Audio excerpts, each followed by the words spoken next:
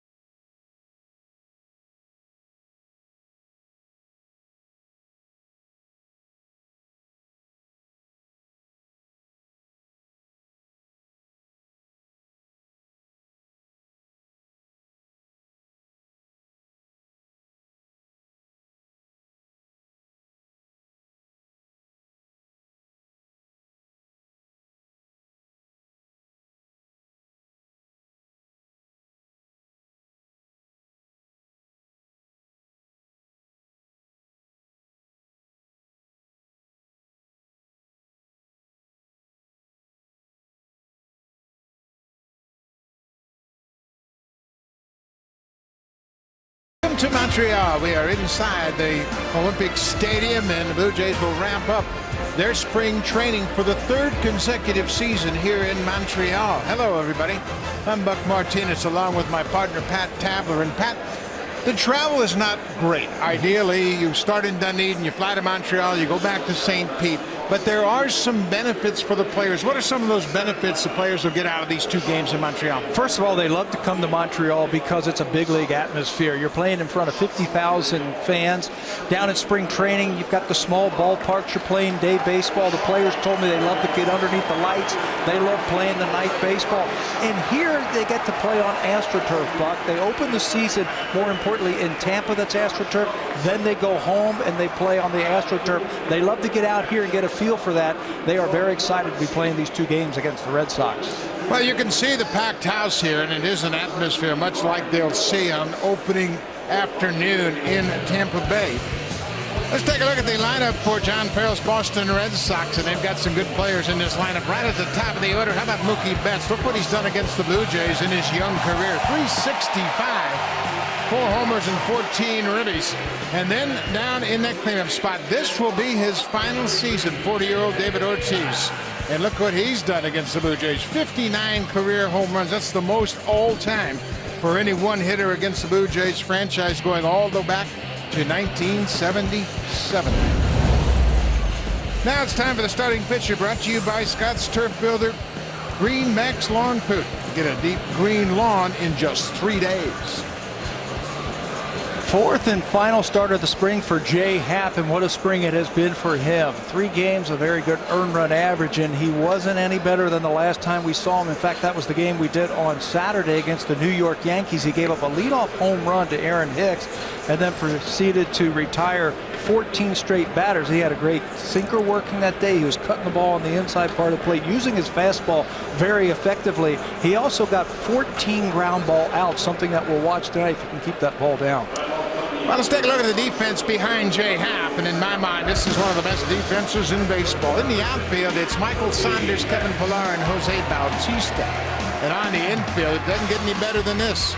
Josh Donaldson, Troy Tulowitzki, Ryan Goins, and Justin Smoke. They can really pick it.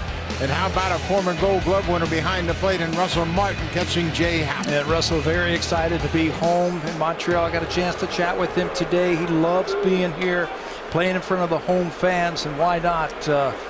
He does good things when he's here in Montreal. Happ is set. First pitch is in there for a strike, and we are underway. This is Mookie Betts. What a season he had a year ago. 291 for the Red Sox. Cuts on the pitch, and it's quickly 0-2. He's got a very quick bat, lightning quick. You'll watch him hit, and it looks like the pitcher's got the upper hand when he tries to throw a fastball by him. It almost looks like it's in the catcher's mitt. He's got that ability to use those hands and get that bat head through quickly. 18 home runs a year ago, and he flares this one into right. A 2-strike base hit for Mookie Betts. Well, there it is right there. He's able to wait back on that off-speed pitch from Jay Happ and use those hands. Watch him stay back. The hands stay back. Recognizes it late, lets it travel, and just serves it into right field for the game's first hit. Well, now Betts is a threat to run against Jay Happ. 21 steals a year ago. He was caught just 8 times. This is Dustin Pedroia, the former MVP. Bouncing ball. Smoke gloves it, goes to second for one, back to first, double play. There's that good defense right off the bat.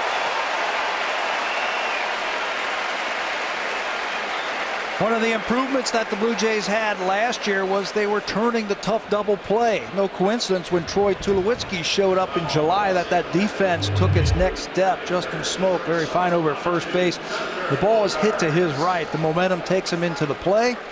And Jay Happ, the PFP that they did in spring training, the pitcher's fielding practice, pays off here with the double play. Troy Tulowitzki just returning to his position at short after Happ had to bust it over to the bag to cover. He's the captain of the infield. He went in there to give Happ a breather. 2 down. Xander Bogaerts. Jay Happ is pitching with a lot of confidence. You can see it in the way that he carries himself on that mound. He would buckshot balls early in his career, meaning that he couldn't get the ball over when he needed to, but he can make that adjustment now. And he can throw the ball where he needs to, inside, outside, it doesn't matter. Happ is now 33 years old.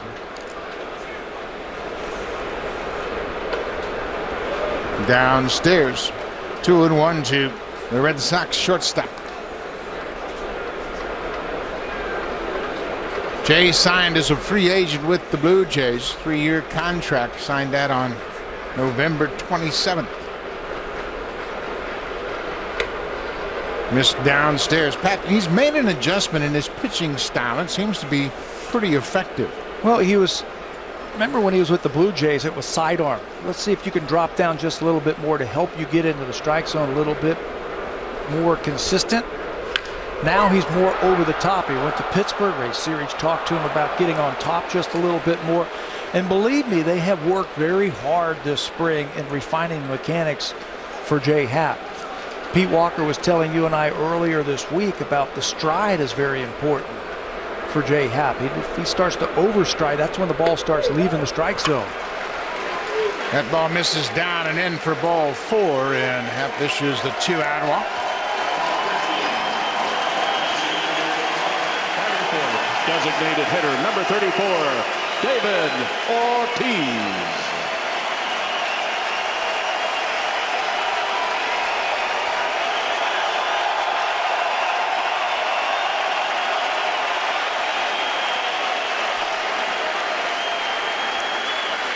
They haven't had baseball here in Montreal since 2004, but they know who the stars are. Yeah, they came out for batting practice and watched this star right here launch about a dozen balls his first round into the stands. So much for the 2-out walk. One pitch, Ortiz is retired. Jay Happ is through the first inning, taking advantage of some interior outstanding defense.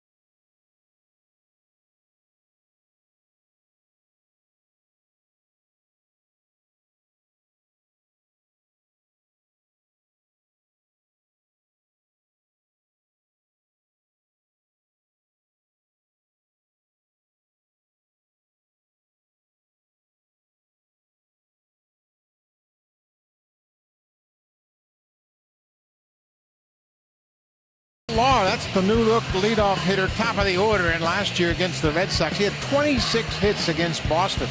That's the most for Pilar against any opponent a year ago. And right behind him, how about Josh Donaldson? He too matched Pilar with 26 hits against the Red Sox in 29 games. And this is a terrific lineup. And I don't care where you look in the lineup, they can all do damage. The good ones seem to rise to the occasion, don't they, when they're facing tough competition? And this is a tough one tonight. Stephen Wright, the knuckleballer, made this team out of spring training.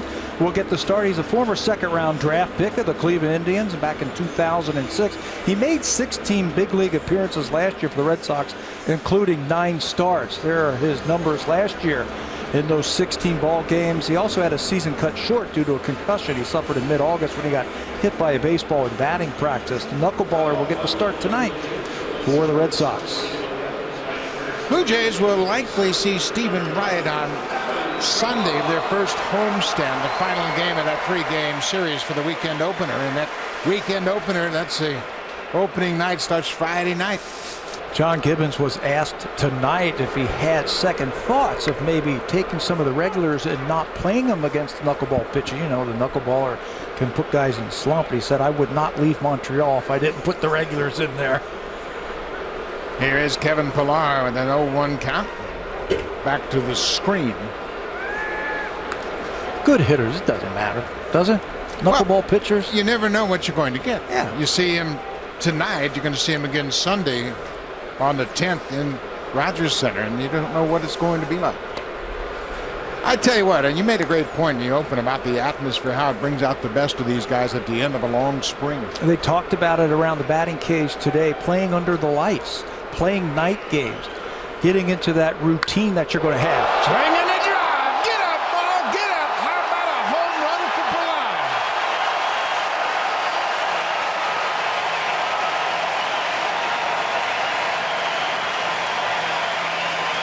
I think the Blue Jays found their leadoff hitter. Kevin's had a good spring. You might look at the numbers and say, well, has he really had a good spring? Yes. If you had a chance to watch him day in and day out, the way he took batting practice, the way the ball came off of the bat, you can tell that he is really juiced about hitting in this leadoff spot. Had a chance to watch him in batting practice today, and he was juicing balls in batting practice. He was teasing around with Josh Donaldson. Donaldson says the ball doesn't carry here in this ballpark. Well, he made him look like a liar on that one. Josh Donaldson takes the first pitch strike. How about this swing? He's ready for the season to start. How he stays back. The head doesn't even move. Donaldson behind 0-2. Josh Donaldson, the reigning MVP of the American League, and this spring, no home runs yet, but believe me, he, like Pilar, is swinging the bat very well right now. Remember last year, he had 6 home runs in the spring. The last one came right here in this ballpark, the dead center field. And he was swinging hard in spring training last year. This year, a little bit more control. It says he's working on his line drive stroke, the left center field, right center field, trying to go back up the middle. Takes a call, third strike. Turns around and looks at the home plate umpire, Stu Sherwater. Not really sure about that call.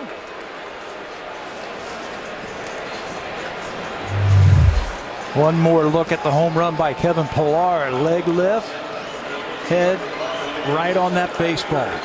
It's an elevated knuckleball. That's the thing that happens with knuckleballs. If they're not knuckling, if they're not moving, they stay straight. And you can hit them a long way. Jose Bautista gets a hero's welcome here in Montreal. Another great season for Bautista a year ago. He had a couple of home runs in the spring. Last year, he topped the 40 home run mark once again. 40 homers and 114 RBIs. I don't know that I've ever seen Bautista in better shape than he's in right now. You watch him day after day, and you watch him prepare for batting practice and the stretching and everything that he does. He looks in fantastic shape. He's got one of those bodies. It might say 35 years old on the birth certificate, but it's more like 25. Yeah, he's going to age very well. He takes terrific care of himself. 1 out. Blue Jays lead it 1-0 on Kevin Pilar's home run. I tell you what, you have seen it. We've seen it all throughout the end of last year. How this team really communicates. They exchange information very well. Bautista makes his way to first base. Pitch up and in. Not so much on a knuckleball pitcher because they'll all know. But Donaldson, after striking out on that tough knuckleball, he'll go back to the bench and say he's going to throw the ball a little bit harder with 2 strikes. And he'll try and get a little bit more movement when he gets to 2 strikes. This is Troy Tulowitzki. Tulo had a terrific postseason, drove in 11 runs for the Blue Jays. Hit just .230 during the regular season since joining the Blue Jays. He hit 4 home runs this spring as well. It's on a mission. He has looked real good.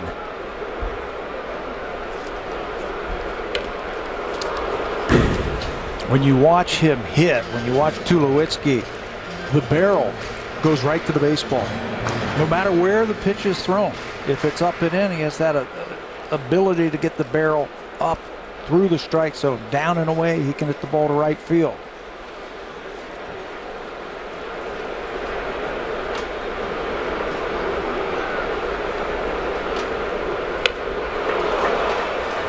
Might have been a fastball. Looked like he threw a fastball inside and strikes out Tulowitzki. 2 down, 2 strikeouts this inning for Stephen Wright. We haven't seen him throw an awful lot of fastballs. You mentioned the start we saw in spring training when Wright pitched against the Blue Jays.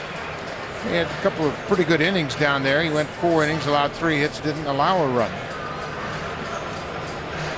Chris Colabello leads the DH here this afternoon. Of course, Edwin Encarnacion is not with the Blue Jays. He's still down in Dunedin, continuing to work out in the minor league camp.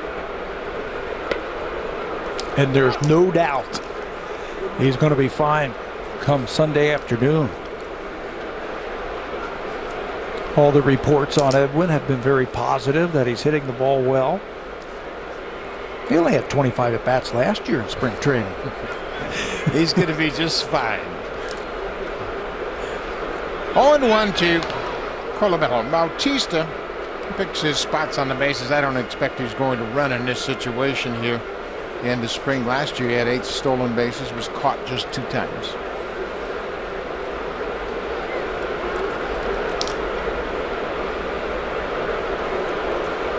Colabello, what a season he had. 321 a year ago. 2 hopper to short. Xander Bogaerts gathers himself and throws out Colabello, but how about the leadoff batter?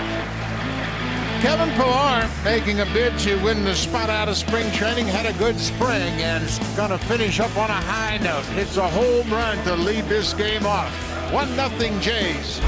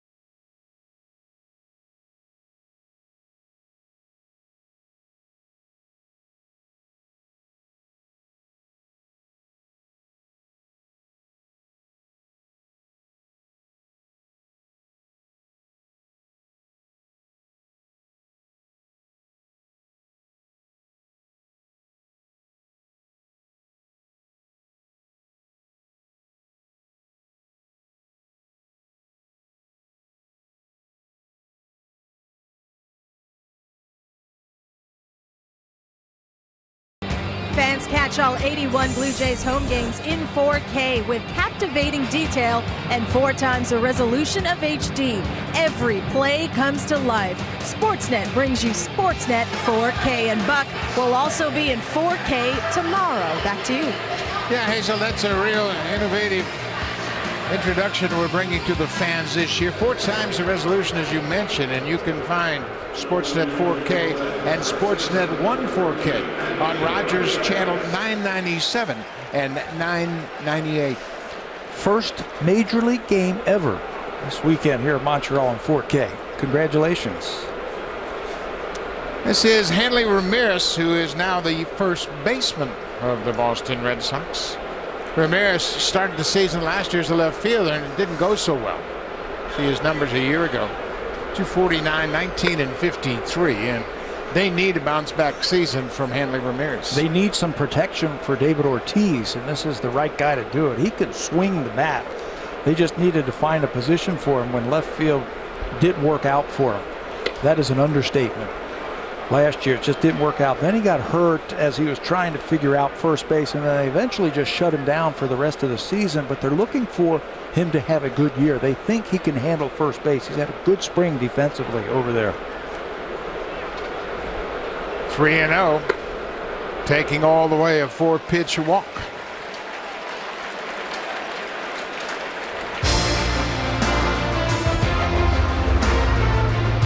Blue Jays on Sportsnet. Presented by the all-new Honda Civic, now available with Turbo, the 2016 North American Car of the Year.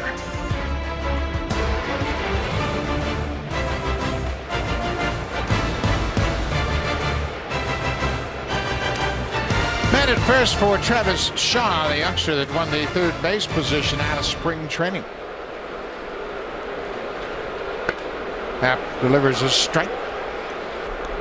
Shaw made an impression on Boston a year ago. Hit 13 home runs and 10 doubles in very limited action. Over at first base. And with Hanley Ramirez over there, they needed to find a spot for this guy. Well, he can hit. He can really hit. You can see the defense. The Blue Jays playing in the pull. It's really interesting. You don't see left-handed pitchers throwing to left-handed batters, and they have the overshift. It's a lot easier for left-handed batters to stay on that ball and just shoot the ball the other way. That ball is pulled. Looked like an off-speed pitch. Now, you're right. When you look at young hitters, and it's got to be tempting to a young hitter to see that much of a hole on the left side of the infield. Well, what are left-handed batters doing against left-handed pitchers? Trying to stay on the ball. Yep. Just a little bit longer. Susceptible to that breaking ball, so they'll stay on it, and that's when they'll hit the ball the other way. Shaw forgot his trigger. Couldn't pull the trigger on that heater. He strikes out looking against J. Happ. First K for Happ this evening. You know, there is something about J. Happ. When you talk to the hitters, they say the ball gets on you real quick. Hides the ball somehow, and all of a sudden the ball's on top, and that's what happens right there. He throws a fastball on a breaking ball count and hits the outside corner for his first strikeout. Chris Young, right-handed hitter, in against the left-hander Happ, and they signed him after he played last year with the Yankees because he hit so well against lefty pitching. Good numbers a year ago. 14 homers and 42 ribbies for the Yanks. Limited time, and he will probably share time in left field with Brock Holt, which leaves Rusney Castillo out of the picture right now. Rusney Castillo and his $72 million contract. The Red Sox got some heavy iron on the bench.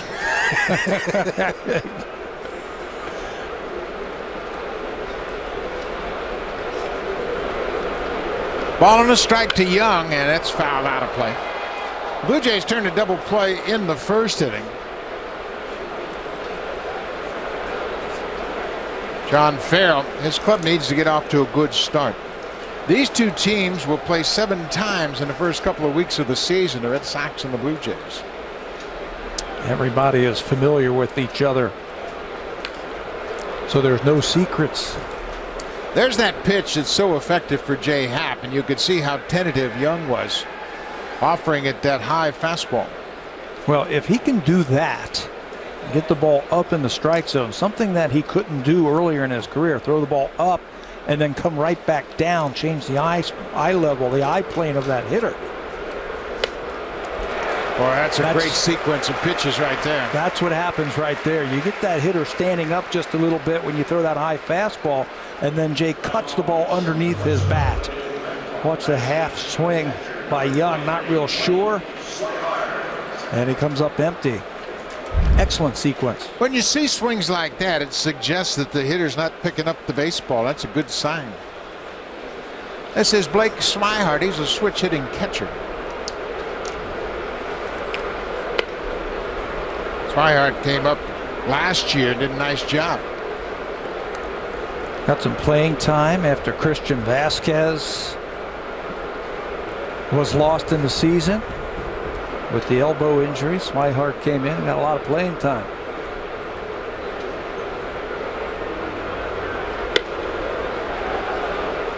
Swihart last season hit .274 as a rookie. Made a nice impression. Handled the pitching staff well, and it was loaded with veteran pitchers. Not an easy task for a rookie. This is where Jay's really got to make an adjustment, try to figure out how to get that ball in the strike zone. His last start against the Yankees, we did it last Saturday. He didn't walk a batter. 6 innings, did not walk a batter. He was all over that strike zone. In fact, before this start, He only had one walk all spring long in his major league games. He threw some down in the minor league complex, but in his 3 starts, he had 1 walk. He's had 2 already tonight. 3 balls and a strike to the Red Sox catcher. On the ground, Donaldson can't make a play. Tulowitzki double clutches, and that cost him. Tulowitzki got to it, and when he first grabbed the baseball, he had a shot at Swihart.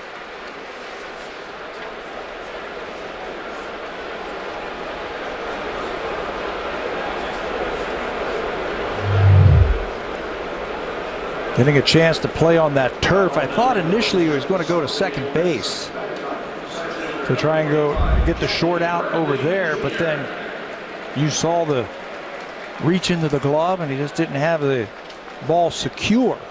Swihart can run for a catcher. First and second, number 9 hitter is Jackie Bradley Jr. and Happ jumps ahead with a fastball.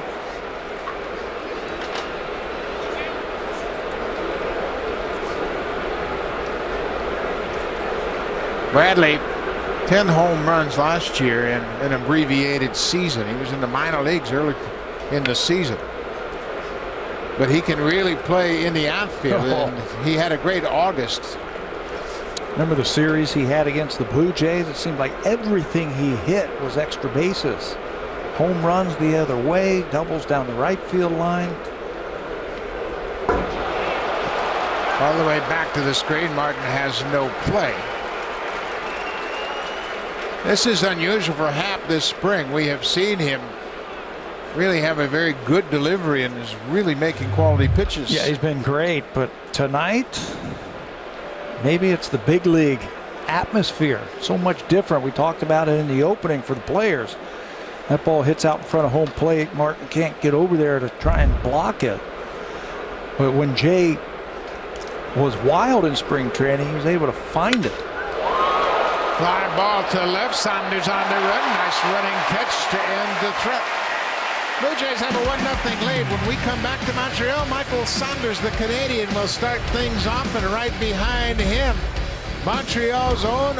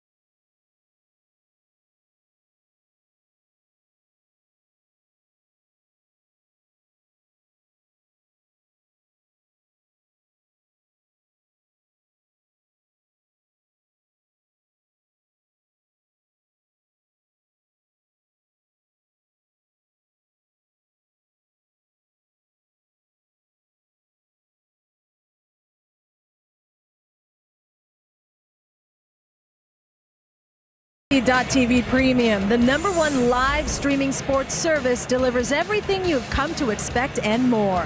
Watch every out-of-market game live in true HD on over 400 supported devices. Includes a free subscription to @Bat Premium, the #1 app for live baseball. Blackout and other restrictions apply. Visit MLB.tv for details. Thank you very much, Hazel. Great crowd on hand here at the Big O. Blue Jays have had sellout crowds for each of the last 2 seasons they've played here. This is the Canadian Michael Saunders, and Michael is thrilled to be healthy once again. Of course, last season had that injured knee prior to the start of spring training. Yeah, he didn't even have a spring training. First day of spring training. Michael stepped on a sprinkler and was out for basically the whole year. He wasn't the same player that we saw the few games that he did play. Now, he never really got healthy a year ago, and it's a different Michael Saunders we have seen this spring.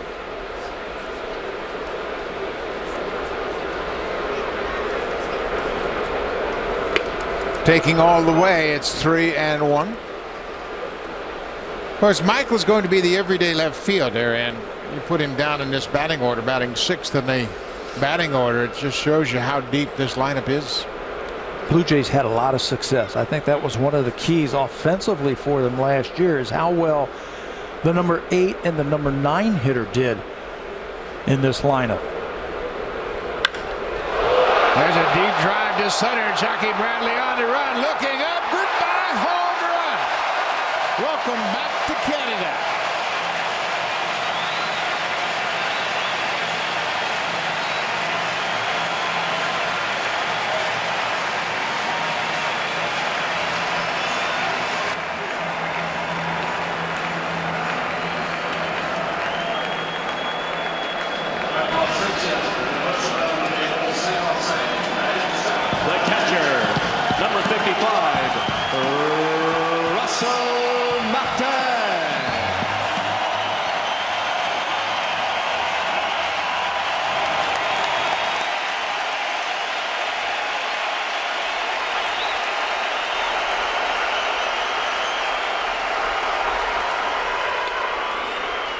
Russell grew up in Montreal.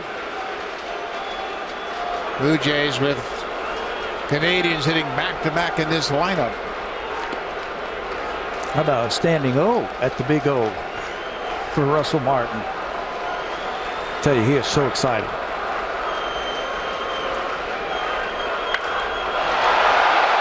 Jackie Bradley Jr. got a good read on that, makes the sinking liner. Go back and take a look at the Michael Saunders home run. Exploded on the scene this spring with 3 home runs very quickly. First week of spring training, and hasn't hit one since. He's been dry until he gets back onto native soil in Canada. Drives this ball to center field. It was a 3-1 fastball that he got from the knuckleballer, and he hit it. Hit it hard to center. First baseman Justin Smoke. I tell you what, the line just keeps coming at you, and the Red Sox are aware of that. They have seen this act before. Smoke pounded out 18 homers a year ago. He hit 4 this spring, and Pat, he's a different hitter now. Yeah, he's balanced. He is hitting over 340 this spring. He is balanced. It seems like he's going to try and take the strikeouts without losing any power in his swing. You mentioned batting practice and the way the Blue Jays are deep. I was standing by Brian Butterfield, the third base coach for the Red Sox, right at the end of the Blue Jays batting practice, and he said, well, the Jays are finally finished batting practices. Is there any baseballs left? They must have lost dozens into the stands after BP today. He also said, Butterfield, that he wanted to go back inside because he wasn't too comfortable watching the Blue Jays hit.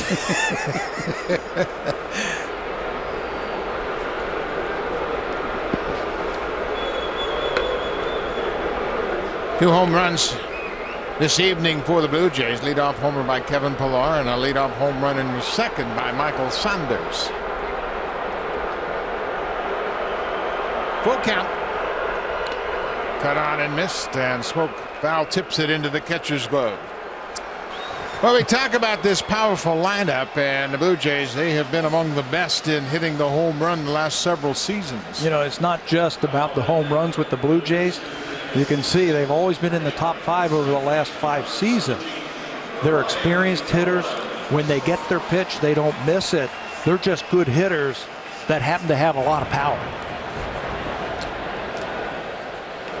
I think this team's going to outproduce themselves from a year ago, having Tulowitzki in the lineup for a full season and having Ryan Goins as your number 9 hitter. Goins hit .250 last year. Remember, everybody said if he could only hit .250, what a player he's going to be. Well, we got a chance to visit a little later on with the president of the Blue Jays, Mark Shapiro, and we'll get his take on getting to see these Blue Jay players firsthand for the entire spring. See what his impression is and how it may differ from what he thought it would be. We're also going to be joined in the booth by the Hall of Famer, Pedro Martinez. So stick around, folks. We got a lot to offer you tonight.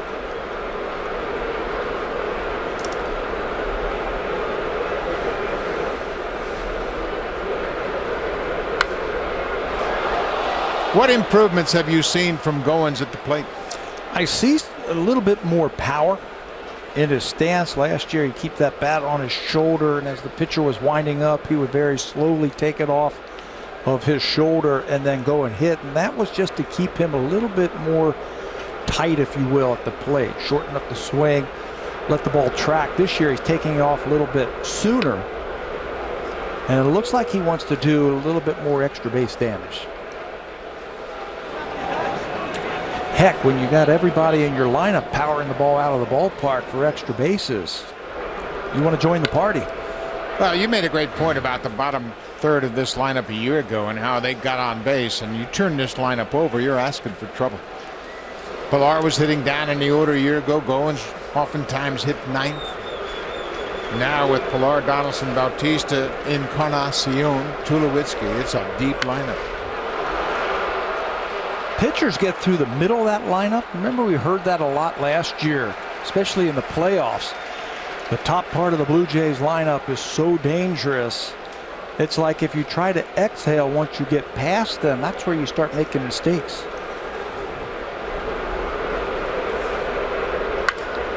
What an at-bat. Ryan Goins drives into the alley in left center. Jackie Bradley Jr. cuts it off, but Goins, what an at-bat. 2-out double with 2 strikes. Keeps the inning alive. And what were we saying about extra base hits? For Ryan Goins, it looked like he was trying to power the ball just a little bit more, trying to get some extra base pop in that bat. Watch him stay back. He's become a very good 2-strike hitter. Knuckleball that hangs out over the plate. He doesn't roll over on that pitch. He goes with it, stays with it, and hits it in the left center field for extra bases. So that'll turn the lineup over with a runner in scoring position. It's Kevin Pillar. Pillar drove in 56 a year ago. He had an awful month of May. He had 186 in the month of May. But boy, did he turn things around in June. Bouncing ball right back to the pitcher. That'll end it. Blue Jays leave a runner, but they score one in the bottom of the second. Michael Saunders, the left fielder for the Blue Jays, is healthy once again. That's bad news for the American League. He hit 19 home runs in 2012.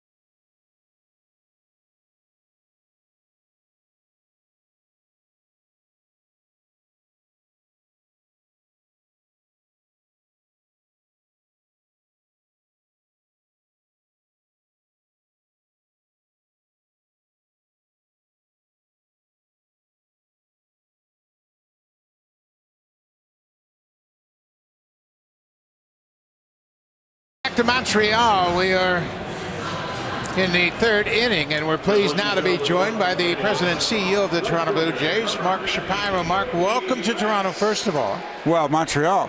Well, we're in Montreal. Welcome to Toronto. That's a good point. But you're in your first year with the Blue Jays. Yes, You've just gone through your first spring training. What are your impressions of this ball club compared to what you might have thought about the ball club at the end of last year?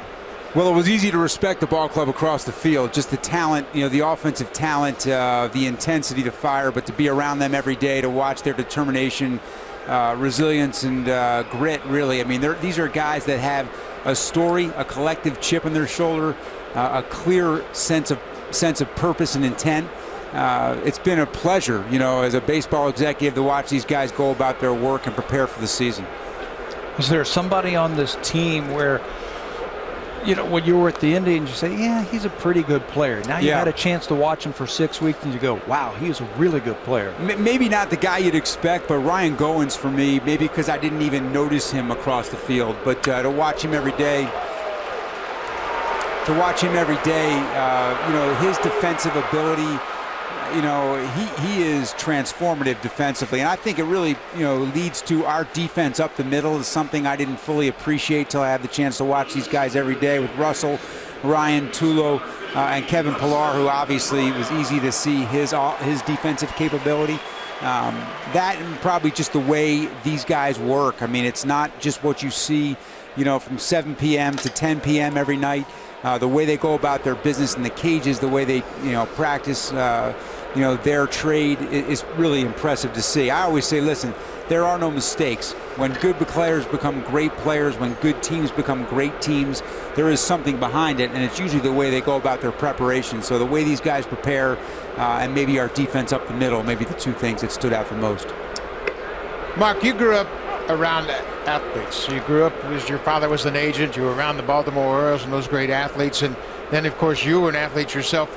Now as an executive for a number of years, how important in your mind is chemistry in this day and age? And when you look at this team, for me it's tremendous chemistry on this team, but how important is it to you?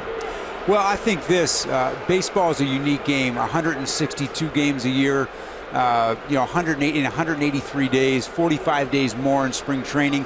It can be a derailer if there's not good chemistry. It can be something that creates an inefficient environment where there's a lot of energy wasted on bad dynamics and players not getting along and focus away from the game and going about their jobs. So to me, it's something where, great chemistry is almost a byproduct of, winning at times.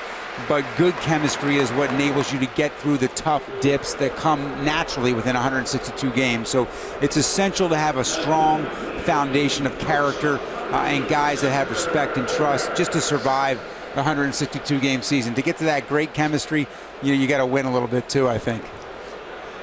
Let's talk a little bit about the ball club. You came over here. It's a heck of a ball club. There wasn't a lot of holes, I guess, to be filled, but there were some big decisions to be made in spring training. Tell us some of the thoughts that you guys kicked around in those meetings, or what went into some of your decisions. Well, I mean, the biggest thing we had to deal with was just the depth that it takes to survive a 162 game season. I think those are the things beneath the surface. And we were faced with, thinking about from a pitching staff, recognizing that it's going to take, 6, 7, 8, maybe 9 starters to survive 162 games in a championship quality season. So thinking about the right decisions to do that along with the team that is most competitive, recognizing that some of the little decisions, not on bench players and how we build depth at Buffalo, those things were going to be crucial, not maybe day one, but to survive the season. Depth, you said it. That led me to my next question. How do you build depth, and was that something that you set your mind to when you took over this job? I think it was something from day one that, any opportunity we've got to infuse talent, whether that be the minor league free agent market, small trades, waiver claims, certainly the obvious ways in the draft that are much longer term decisions. But, we looked at any opportunity we had, not just to do one thing, which was, make sure we supplement and build around the championship caliber team we've got. But any depth we could possibly add was something that we will be, and we were relentlessly focused on as a baseball front office. You made a quick decision on signing Jay Happ. What was appealing about Jay Happ? Well, I think the quick decision was just a good read by Tony and our entire baseball operations staff of just how challenging the starting pitching market was going to be in free agency this year. There was some surplus on the position player side, but the pitching market was decimated very quickly.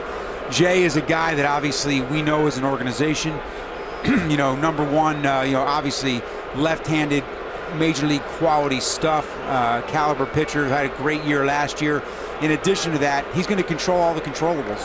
His work ethic, his intelligence, his ability to make adjustments, his desire to compete.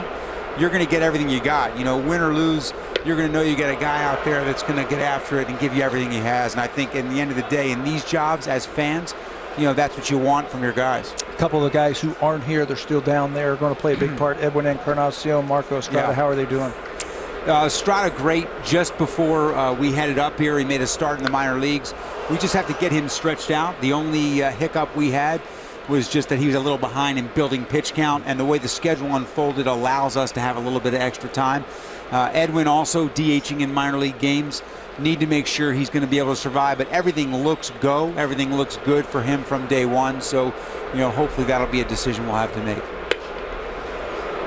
We have 2 outs now as Jay Happ has given up a run here in this inning. And can we ask, do you stay another half inning after this? Sure, yeah. Absolutely. I mean, there's so many things we'd like to cover before the start of the season. But when you think about this ball club, and you mentioned the chip on their shoulder, I too believe that they have some unfinished business. And with Jay Happ striking out Big Papi, we will come back for another half inning with Mark Shapiro, the CEO and president of the Toronto Blue Jays.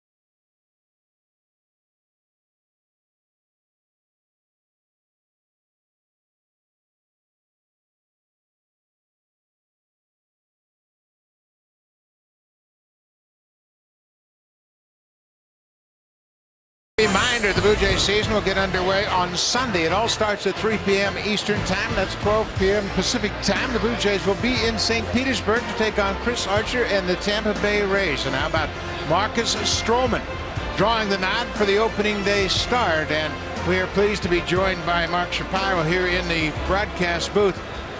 Marcus Stroman's a pretty special young guy, Mark. He is. Your chance to see him for the first time on an everyday basis. Looking forward to that. Again, a full season from him, what that could mean to this team. Still a guy that's developing. I mean, you forget maybe just how young he is. So I think even though he's toeing the rubber day one, I still look at him as a developmental guy just because he has so much to experience in the big league, some of the ups and downs.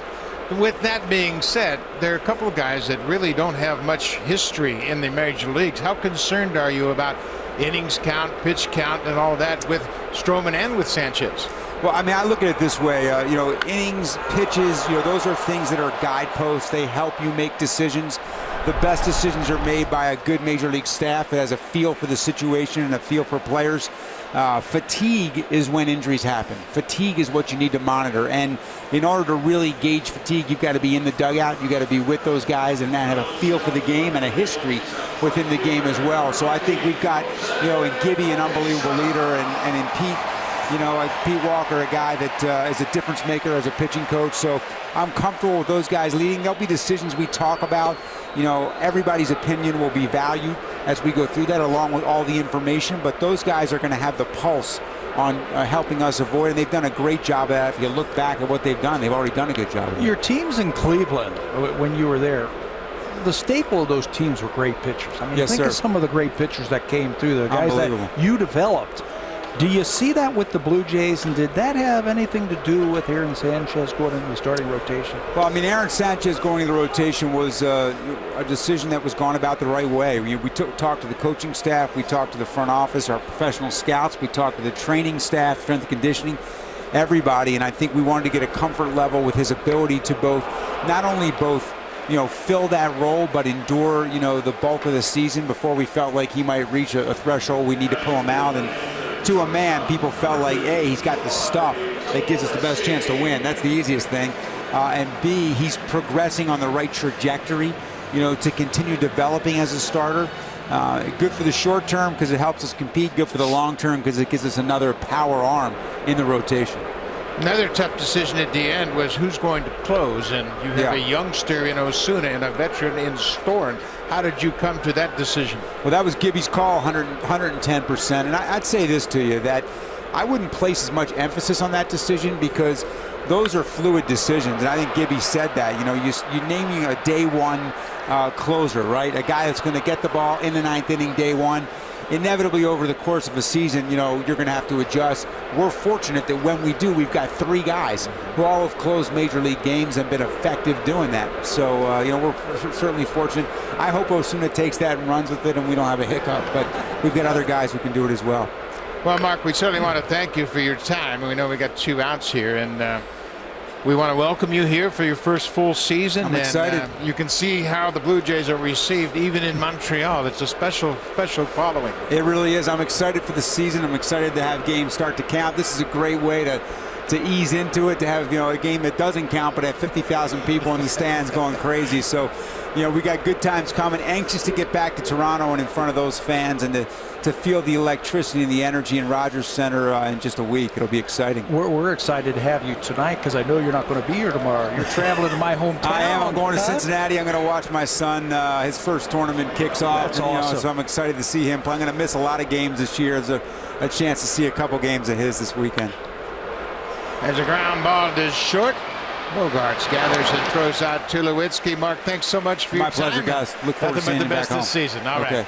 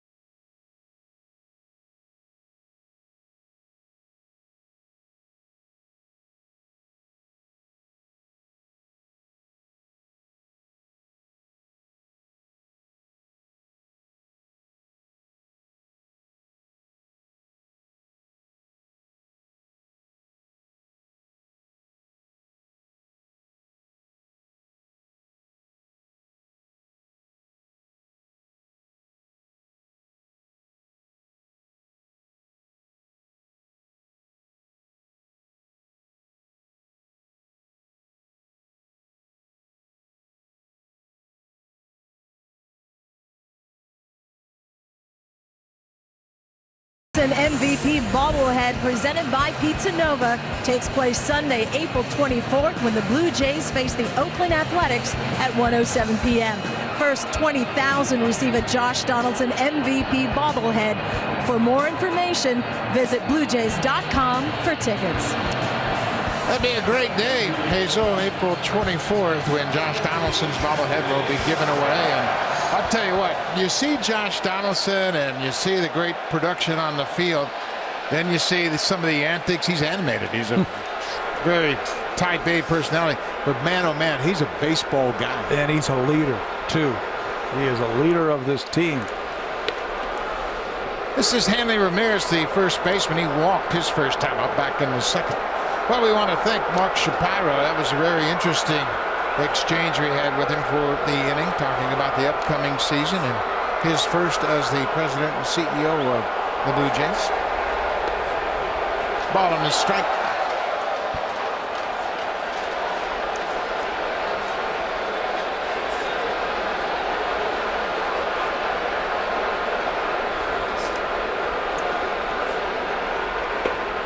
There's that good sinker. A lot of late movement down and away. You know, something we didn't see from Jay Happ when he was with the Blue Jays previously. He didn't have that good sinker. He had it working in his last time out. Getting 14 ground ball outs against the New York Yankees. They just could not get that ball in the air against him. And they had Beltran, A-Rod, and Teixeira in that lineup. Yeah, they had their A team in there. But Jay was just masterful that afternoon. Tonight, he's not as sharp as he was that afternoon. Fighting it just a little bit tonight. Ground ball. Donaldson takes it about chest high. Easy play. Jay Happ was traded midseason a year ago. He went from Seattle to Pittsburgh, and Happ, there was quite a change when Happ arrived in the National League. Ray Searage is an outstanding pitching coach for the Pittsburgh Pirates. He has a way of helping guys who get over there, get traded over there, or they're signed as free agent. I don't want to call them reclamation projects because they're major league pitchers, but he did something with Jay Happ, got him into a good position, really used that upright position and get that arm coming through a little bit more consistently in his release point. Pound the strike zone, as you can see in those numbers. You would think it would be opposite pitching in Seattle. That's a great pitcher's ballpark. Bigger ballpark, yeah. Jay made 11 starts for the Pirates, went 7-2 during those 11 starts. He was traded at the trade deadline. That's the same number of starts David Price had pitching for the Blue Jays. That ball hit down in that Red Sox dugout area. Chili Davis is the hitting coach. He's standing there on the steps. That's Carl Willis. I think he got hit. He did. Carl Willis on the bench. He's the pitching coach who took over in May a year ago. Happ's got a little extra giddy up this inning. Shaw's been late on those last two pitches. No need to mess around right here. Just go right after him.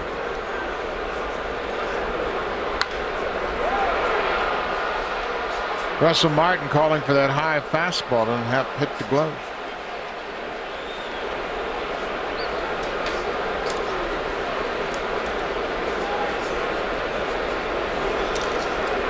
(2-1) Blue Jays lead it on a pair of home runs.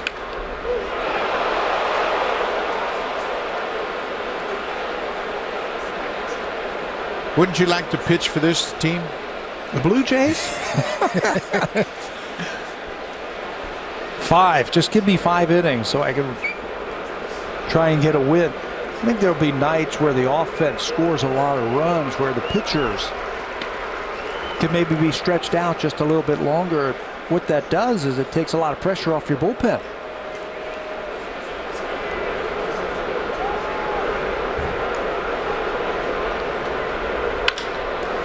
Ground ball. Goins out in shallow right field.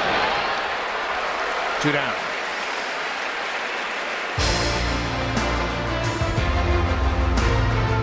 Blue Jays on Sportsnet. Presented by the all-new Honda Civic. Now available with Turbo. The 2016 North American Car of the Year.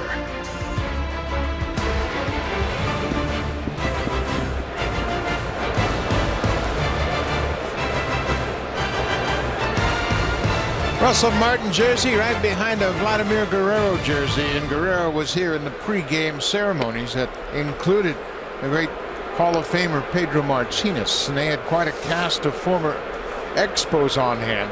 Vladimir Guerrero.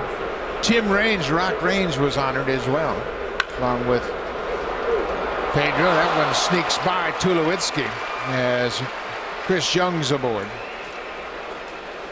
This is our third year here in Montreal, and it's the third year that they have done that, honored some of the great players that have played for the Expos. When they were announcing some of the players today, like, wow, they had some really good players come through here. Jose Vidra was introduced, as was Marquise Grissom. Vladdy Guerrero, he's going to get consideration for the Hall of Fame. Terrific player. Oh yeah. 449 career home runs for Guerrero and an 8-time Silver Slugger. You know what would have been really cool is his son plays in the Blue Jays organization. If they could have brought him up here and maybe played an inning or two, so he could have seen his father do this, come out to a standing ovation. That's a great smile, and we have seen that over the years. Vladdy Guerrero enjoyed playing the game. There's a fastball strike to the Red Sox catcher. 0-2. Still one of the best throws I ever saw was from Vladimir Guerrero. I think it was in this ballpark, wasn't it? From down in the corner, from the warning track down in the right field corner, all the way to home plate on fly. Yeah, that was a throw that many people remember for his ability. He had a great arm, very good arm strength, and he was the MVP in the American League in 2004 with the Angels. And the guy who was also honored tonight might have had a better arm than Vladimir Guerrero, if you remember him. Ellis Valentine, great right fielder in the heyday when Rock Raines was in left and Andre Dawson was in center. High fastball. Boy, what a pitch. Jerry Happ strikes out Blake Swihart. They'll go to the bottom of the fourth. The Blue Jays lead at 2-1 behind Jay Happ.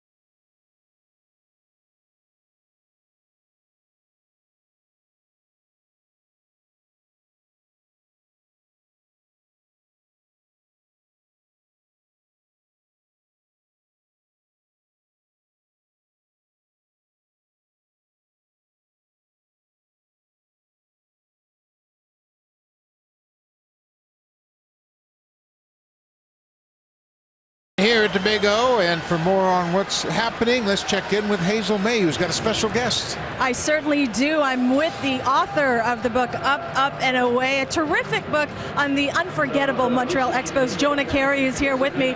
Let me be the first to welcome you to the Sportsnet family.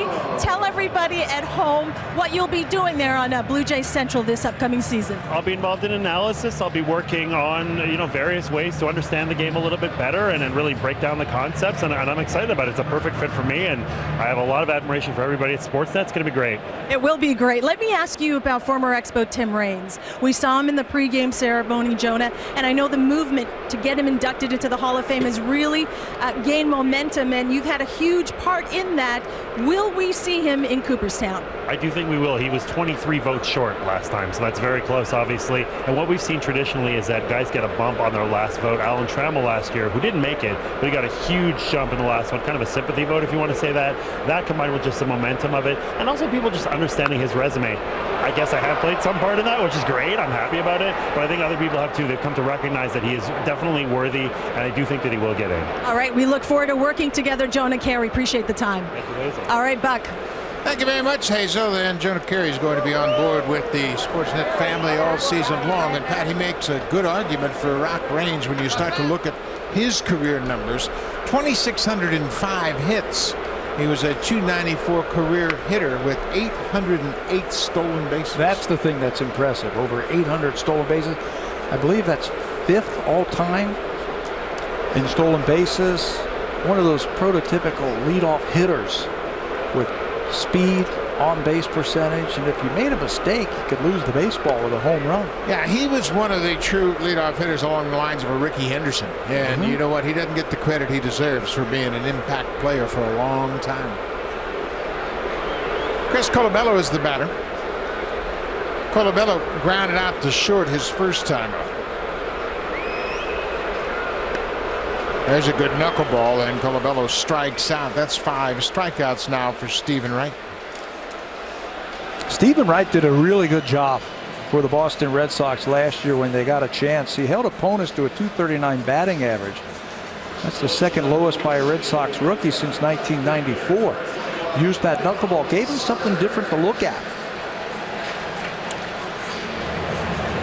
Red Sox starting pitching, just like everybody else in the division. That's going to be the real basis for how well they're going to do in this division, and it's all about starting pitching.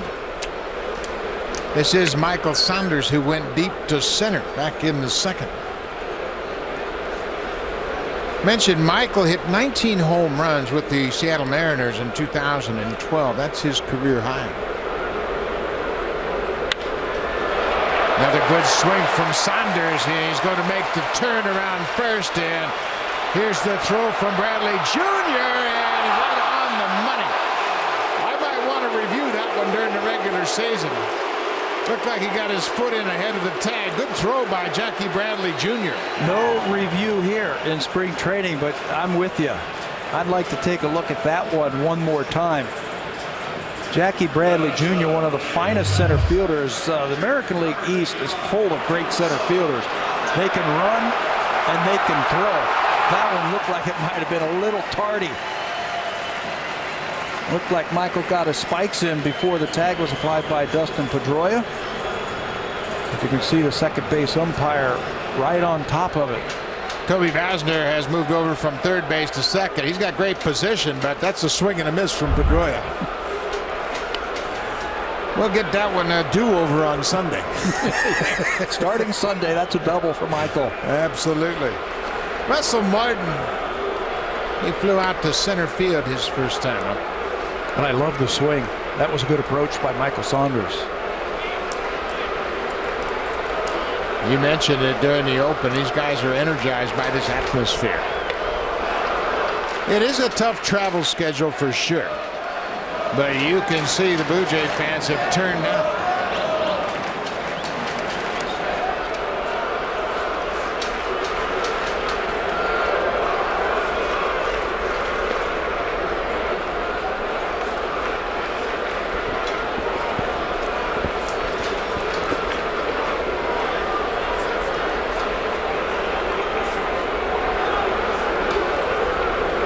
Two balls and 2 strikes, 2 outs, bottom of the 4th. Look out, Russell. That's why you wear that elbow pad. You can hear it clearly hitting the back of that elbow pad, and he'll take his base with 2 outs. Well, if you're going to get hit, I guess the knuckleball pitcher is the guy you want to get hit by. Fans didn't like it. Their hometown hero. Knuckleball gets away from Stephen Wright, and you can see that elbow exposed just a little bit, but that's why you wear it, like you said. Listen to this. That's good sound. The sound of plastic taking the brunt of that inside pitch. Martin aboard with 2 outs. Justin Smoke.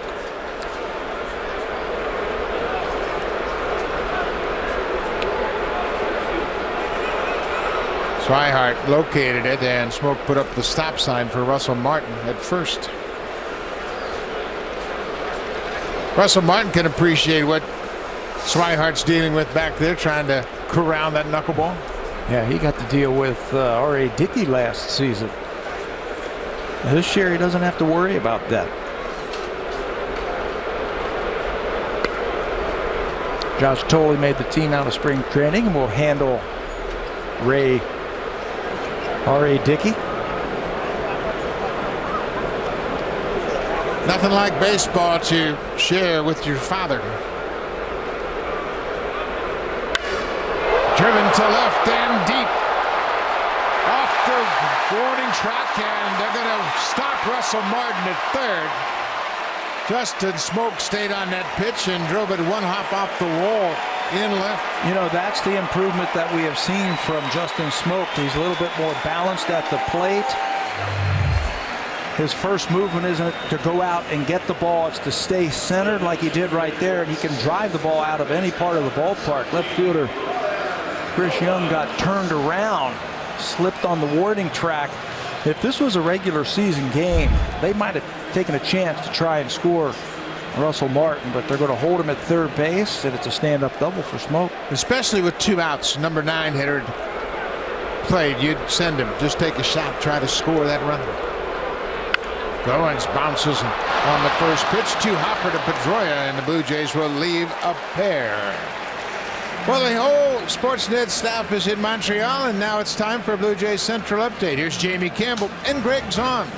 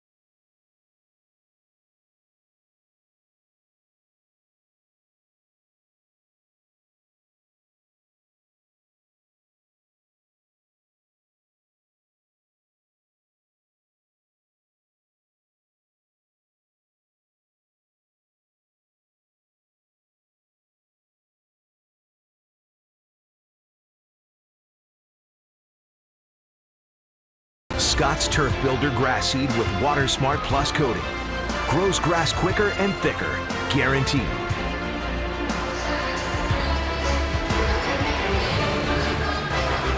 Welcome back to Montreal. Blue Jays lead it 2-1. We head to the top of the 5th, and with that we get a new pitcher. And this is an interesting guy, Pat. A Rule 5 pitcher that made the Blue Jays out of spring training, Joe Biagini. Yeah, and why not? Because he has to be on the roster the whole season, or he's got to be offered back to the San Francisco Giants, where the Blue Jays took him from. He's got major league stuff. 6 outings in the spring. He struck out at least one batter in every one of them but one. He's got a big fastball and a good overhand curveball. What's been impressive about him so far in the spring is his ability to throw strikes. A lot of times when you see minor leaguers come up and where they pitched last year, they're in awe in spring training against big league hitters. Biagini has not shown that at all. He looks like he belongs. Biagini has never pitched above Double-A. He was with the San Francisco Giants last year, pitched in the Eastern League at Richmond. He was a starter throughout his career. He has made 86 minor league starts. He's going to work out of the bullpen with the Blue Jays this season. And Pat, the good news about Biagini making this ball club, he goes from number 66 to number 48. From Juan Guzman's old number. Yeah. To number 48, a little bit more palatable, I guess, as a player. Biagini is big, 6'4". He's listed at 215. He's much bigger than that. He's closer to 250. He's a big, strong man. 25 years old. This is Jackie Bradley Jr., the center fielder, and Biagini misses.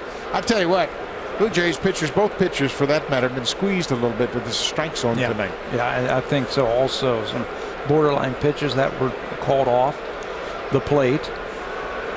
The coaches, when you talk about Joe Biagini, every one of them said at the end of spring training, you know what, we picked him as a Rule 5 guy. We saw him in spring training.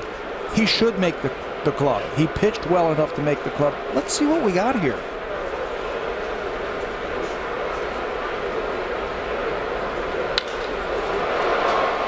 That's going to get down for a hit and go all the way to the wall off the bat of Jackie Bradley Jr. Saunders will play it back in toward third base, a leadoff double for the number 9 hitter.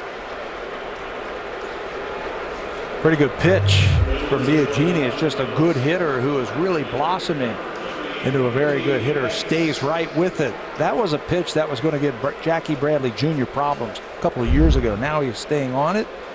Hit that ball hard to left field. Well, it's not unusual that you see younger players like Jackie Bradley Jr.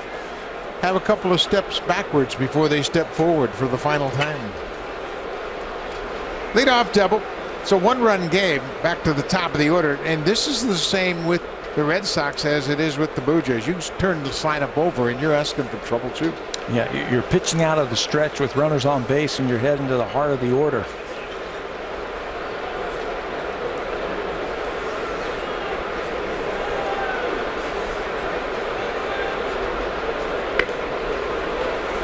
I talk a lot with Biagini all spring long, and he said the one thing he wanted to do this year, recognizing that he was going to pitch against major league hitters, was be able to make adjustments from one pitch to the next. I think that's really important. There's that curveball. What a swing by Mookie Betts.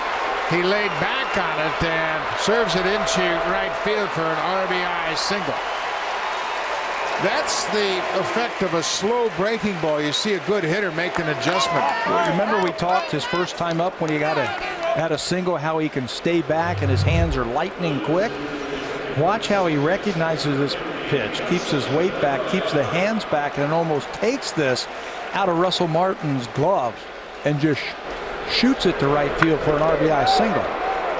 Boy, that's quite an attribute for a young player, just 23 years old, to be able to see that hanging breaking ball and not try to hit a home run with it. I think his mindset was, after the leadoff double, I'm going to try and hit something to right field. And the worst case scenario is I'm going to get that runner, that tying run to third base. Well, he did better.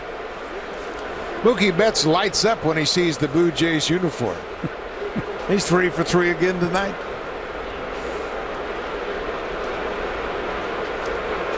Dustin Pedroia grounded into a double play and tapped back to the pitcher's mound. Goins comes after it. 1 at second, double play. Boy, that was a good play by Goins. He came after that slow chopper. Well, you're absolutely right. He doesn't make that play if he doesn't come in aggressively to catch the ball on the big hop, turns his body, and then feeds Tulowitzki perfectly for the 4-6-3 double play. Well, what a double play combination, and we have talked about them going all the way back to last season when they teamed up, and they can really turn two. Xander Bogaerts, the number 3 hitter. Bogaerts picked up an RBI on a ground out.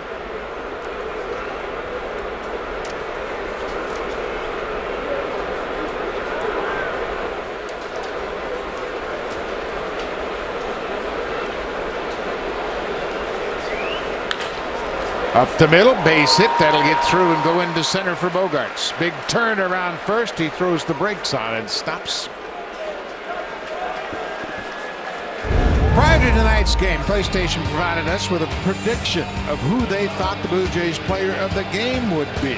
Well, tonight, Pat, they had a pretty good idea. It might be the pitcher. The show said 6 innings. This looks like his numbers in his last start against the New York Yankees. They were thinking 6 strikeouts. Because he was not very sharp, I think his pitch count got up, and that's why he was only able to get 4 innings, but he did have 4 strikeouts. The simulation is powered by MLB The Show 16. Welcome to the show, only on PlayStation. David Ortiz, 0 for 2 so far. Boy, he got a nice welcome into the Big O tonight. He handled it perfectly, too. Stepped out of the batter's box and tipped his cap. Speaking of the show, he put on a show in batting practice tonight for all the fans. All right, Shapiro. He got the news he was going to break with the ball club. He's loosening up down in the bullpen. Little chopper up the first base line, trickles foul.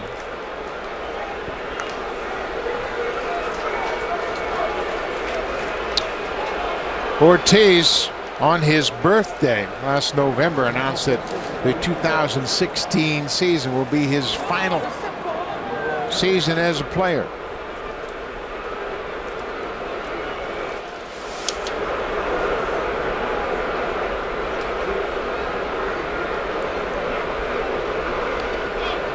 That ball was well in front of home plate, and Bogaerts moves up. That curveball that Biagini got on top of it, he buried it right in the dirt. This is a little different atmosphere than the Eastern League last year. In spring training. But I think that's why the Blue Jays love coming to Montreal and playing in front of what will be a major league type of atmosphere to kick off the season. You get a couple of games and get that feel, and you see young kids come up here. You see them wowed by the whole atmosphere.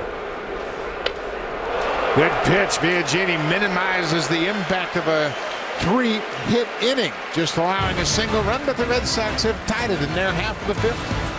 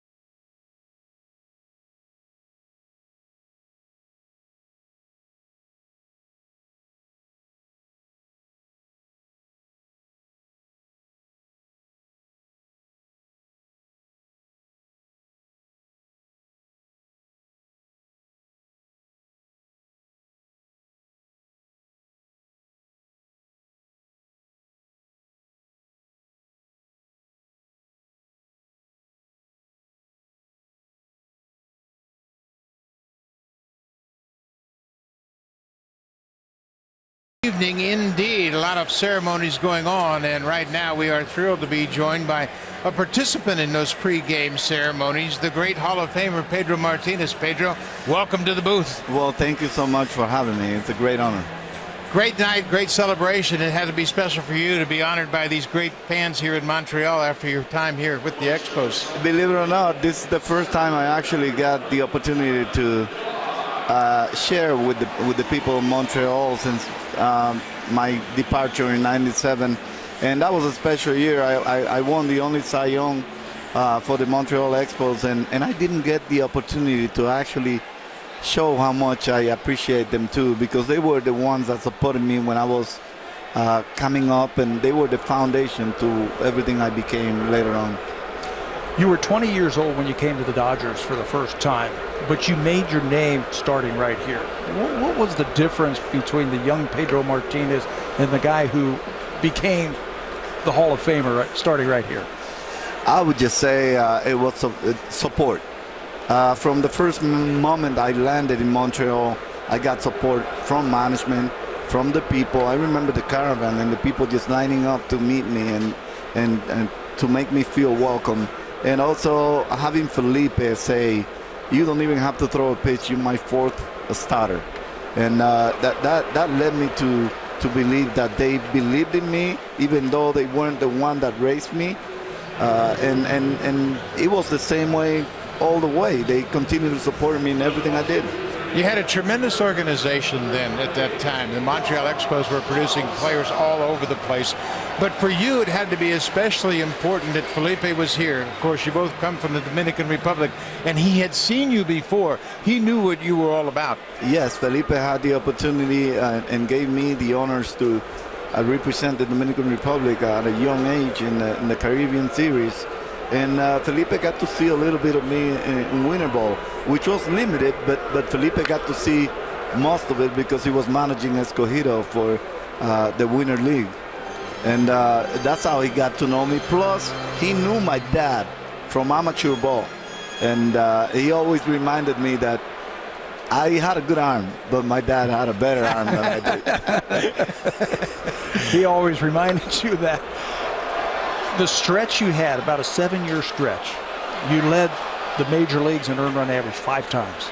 What was it about that? Did you get your great changeup then? Did you get your great curveball? What was it about the blossoming of Pedro Martinez? I think it was health. It was dedication. I would say health more than anything, because I was really healthy every year. I was really healthy, even though it took a toll on me, because I worked so hard to maintain that small body frame, to prove everybody that I could last what the Dodgers said I wouldn't. And I worked really, really, really hard to maintain my body and be, out there to repeat what I was learning. I was always looking for little, pieces to put together. The head of Maddox, the legs of Clemens, and trying to watch everybody. And I remember asking Felipe if he could match me against the best pitchers in the league so that I could learn from them. And that was really helpful. That's a tremendous amount of knowledge. When you think back to the Dodger days, and I know you were very small, weighing 135, 140 pounds in the minors. I read a story one time where they threatened to fine you if you were running sprints because you were going to lose weight. Yes, I almost got myself in really deep trouble because I was told to just hold for like a month or so on the running, and I was always a runner. I could have been a marathoner if I wanted to, but I refused to do that. So at night, I would sneak out and go running. So this one day, I guess my coach figured it out, and he told me, don't run, stay here, just eat, and sleep and rest. Yeah, and I said, yeah. When he left, you ready to run it? I went right out. And little did I know, he turned around right away, and it says, the next time you go out, your whole salary is going to be off of you. The Blue Jays have a player much like you in Marcus Stroman. Yes. Smaller stature. Have you seen some of Stroman and how familiar? If you don't mind, would you stay for another half inning? Yeah, sure. That would be terrific. The great Pedro Martinez, the Hall of Famer, will be back with us when we come back to Montreal.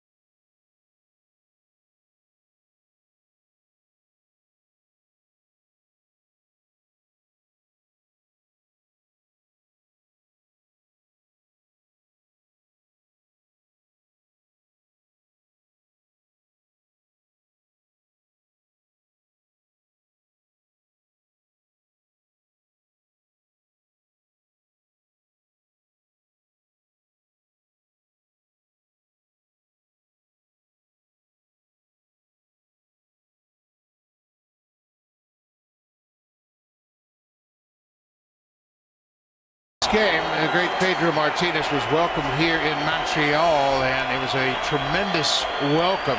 Certainly first time that Pedro got a chance to really acknowledge the great fans here in Montreal, and we're pleased to be joined by Pedro in the booth now, and this is a special moment for you, I know.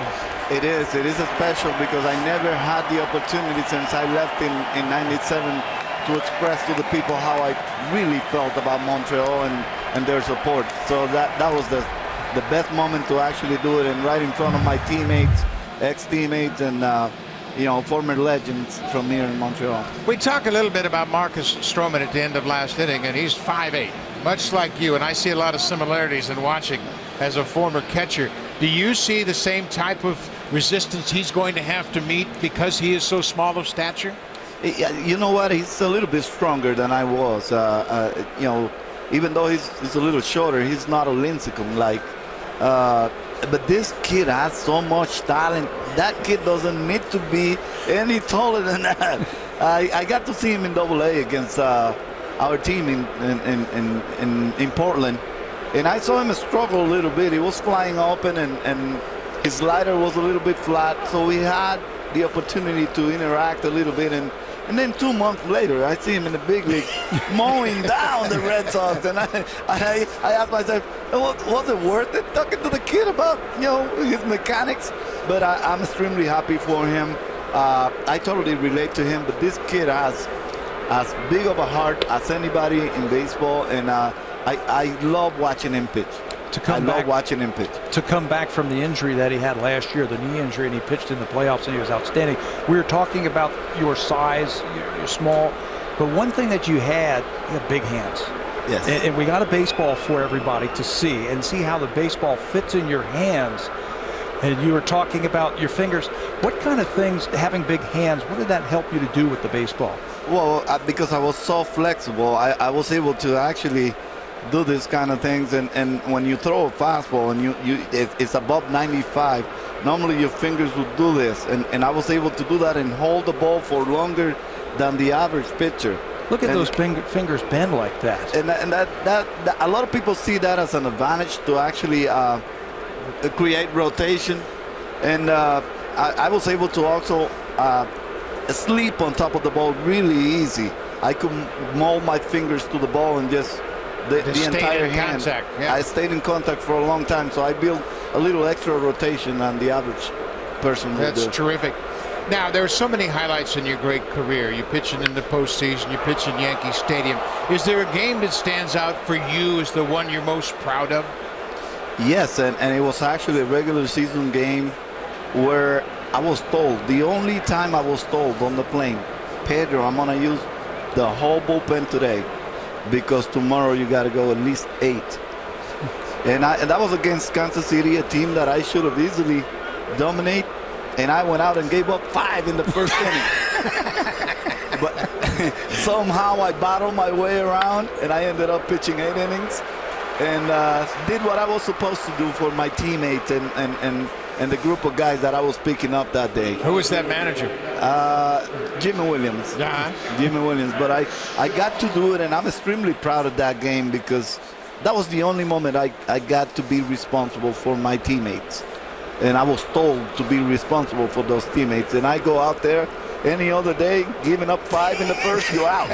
But that day, you had to pitch with it.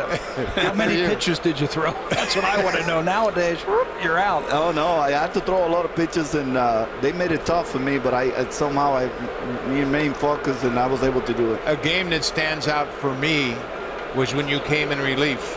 Yes. Talk us about that game. It was 8-8, Cleveland and Boston, and nobody could get anybody out, but you came in relief pitching with a bad back.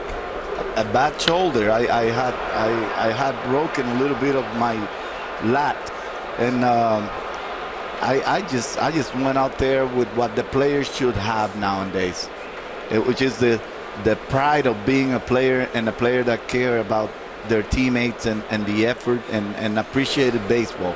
I thought that was an opportunity for me to do something special in baseball, and I didn't care about my career. I didn't think about it. I didn't hesitate, and I went on to actually save pretty much what was left of the postseason for my team and for Boston. No hits, 6 innings. That's not too bad. Not too shabby.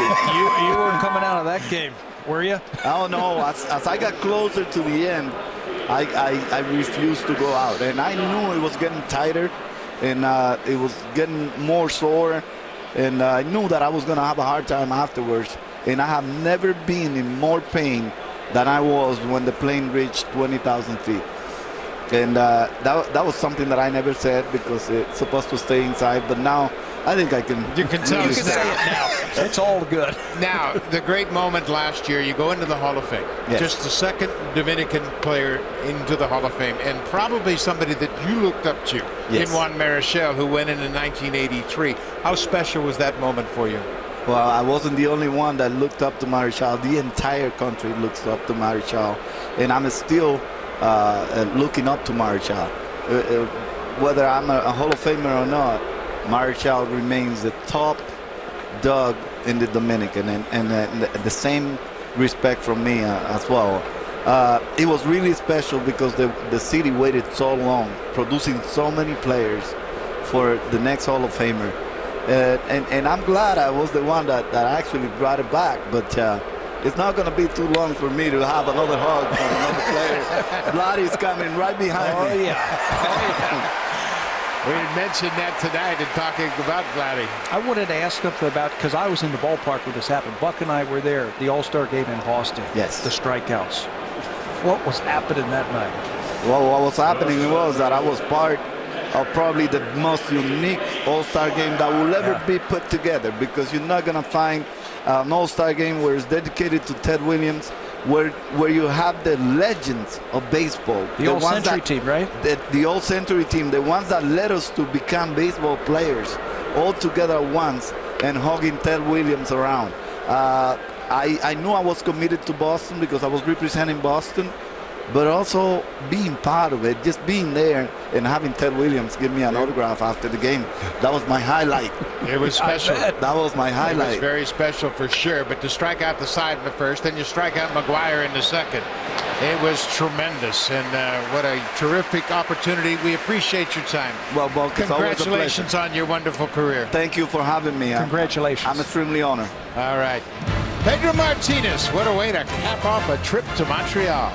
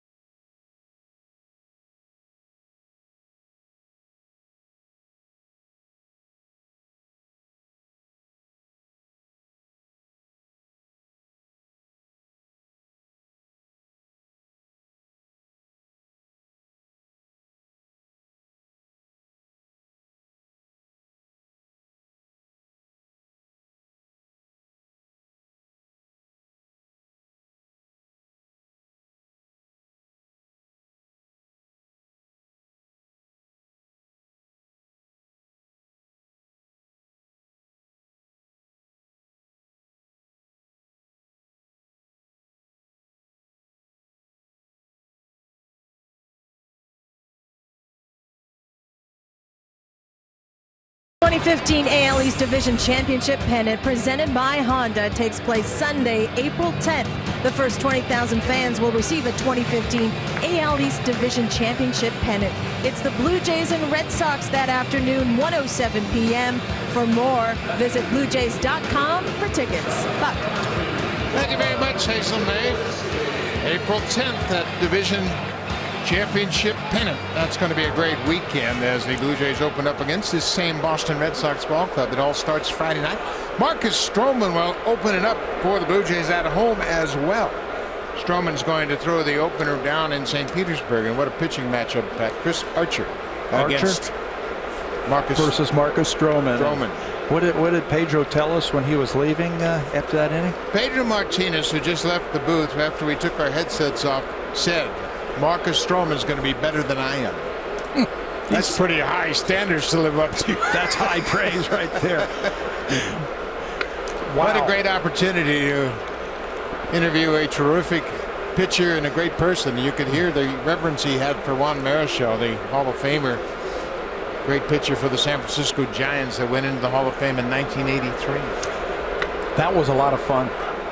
The last inning, talking to him. That's the beauty of our job, Mr. Tabler. You get to meet these great ball players, whether they're still playing or not. Troy Tulowitzki, 0 for 2 so far. Swings and misses. Stephen Wright has settled down nicely. He gave up home runs to start the bottom of the first and the bottom of the second, but nothing since. It's 2-2 as we are in the bottom of the sixth. Fouled off the catcher's glove.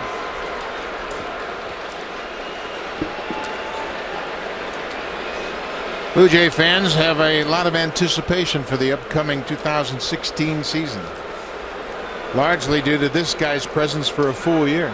Yeah, he's one of the leaders on the Blue Jays, and in spring training you would see him. He would gather the infielders and they do some extra work. He was always in the cage. You know what? You're not going to outwork Troy Tulowitzki, and that kind of attitude just rubs off on everybody else, and the young kids and everybody gets behind him. It's a special player. How many years have we talked about the star players? When you have your star players leading in the exercises and in the drills, it's hard for anybody else not to follow suit.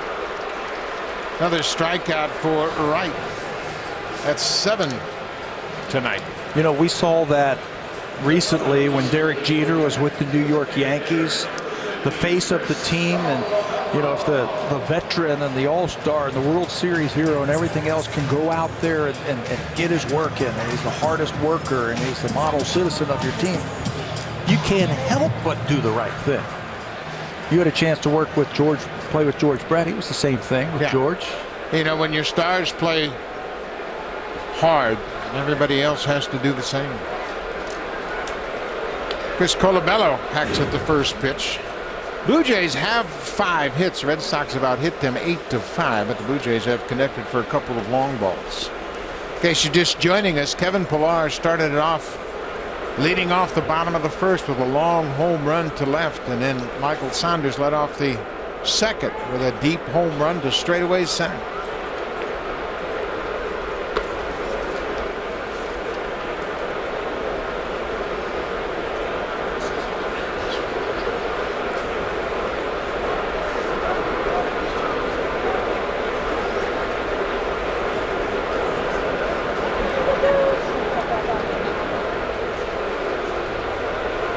Colabello gets a base hit. A 1-1 pitch ripped into center. Play of the game is brought to you by Scott's Turf Builder Grass Seed with Water Smart Plus coating. Grows grass quicker and thicker. Guaranteed. Top of the second inning, Michael Saunders is going to lead off. 3-1 pitch. It's a fastball right down the middle, and he doesn't miss it. It's going to be his 4th home run of the spring to dead center field as Jackie Bradley Jr. runs out of real estate. Michael Saunders has had 2 very good at-bats tonight. It's good news for the Blue Jays and great news for Michael Saunders. He's healthy, having a good spring. Saunders was thrown out trying to stretch a single into the double. There goes the runner, and the ball is in the dirt.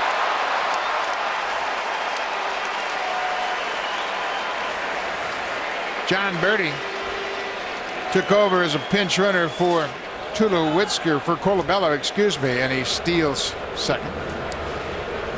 Show off what you can do, especially against a knuckleball pitcher.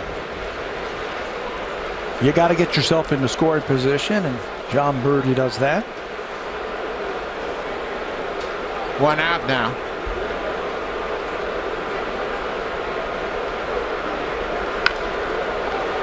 Fouled right at home plate. We talk about the Blue Jay regular players getting some extra energy from this atmosphere. How about the minor leaguers that were summoned back from the minor league camp to join the team here in Montreal? We've had a chance the last couple of seasons to watch some of the minor leaguers come up here and get a taste of what big league baseball is all about. One name that comes to mind is now going to be in the starting rotation for the Blue Jays. That was Aaron Sanchez. You remember what he did the first year the Blue Jays were here playing the New York Mets? Yeah, he ramped up the 2-game series on Saturday afternoon by striking out the side in the 9th inning. And he had just let everybody know that he wasn't going to be too long before he gets a regular spot on this Blue Jays ball club. You know, I walked down to the locker room after that inning, and Aaron was tucking in his shirt after he had finished dressing, and he looked across the room and he winked at me. What was he, 21 then? Yeah, how about that? Another foul off the catcher. But you're right, minor leaguers coming up here, hey, let's show the brass and all of Canada and the coaches and everybody what you can do in a setting that's big league all the way. Well, and the thing is, there are only 28 active major leaguers that were playing when the Expos were in existence. David Ortiz being one of those. That gets away from the catcher, and Saunders will go toward first. Birdie has to hold on at second. Another strikeout for Stephen Wright. Well, there's only one active former Expo player still playing, right? The Blue Jays had an Expo that retired in spring training. Meiser Asturias, who's the only active Expo. Didn't the Blue Jays just see him the other day, Bartolo Colon? I know Troy Tulowitzki saw him up close and personal. Bartolo Colon, the last Expo, still in the big leagues. Russell Martin gets another warm reception. Although I'd have to admit, Pedro Martinez looks like he could still pitch. How about that? Doesn't he? He's 44 years old. He looks great. Terrific. Pitched his last game in the World Series in 2009 for the Philadelphia Phillies.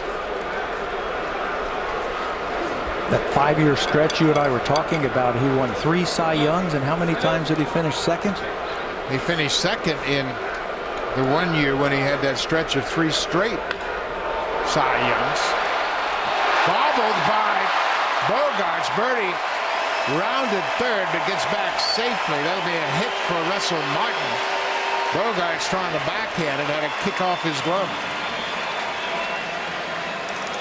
Would have been a close play over at first base. Russell Martin wanting to do something special in front of the hometown folks. Hits this ball right in the hole between shortstop and third base. Bogarts alertly tries to get the young runner Birdie rounding the bag, so it will go as a hit for Martin, and he is finished tonight.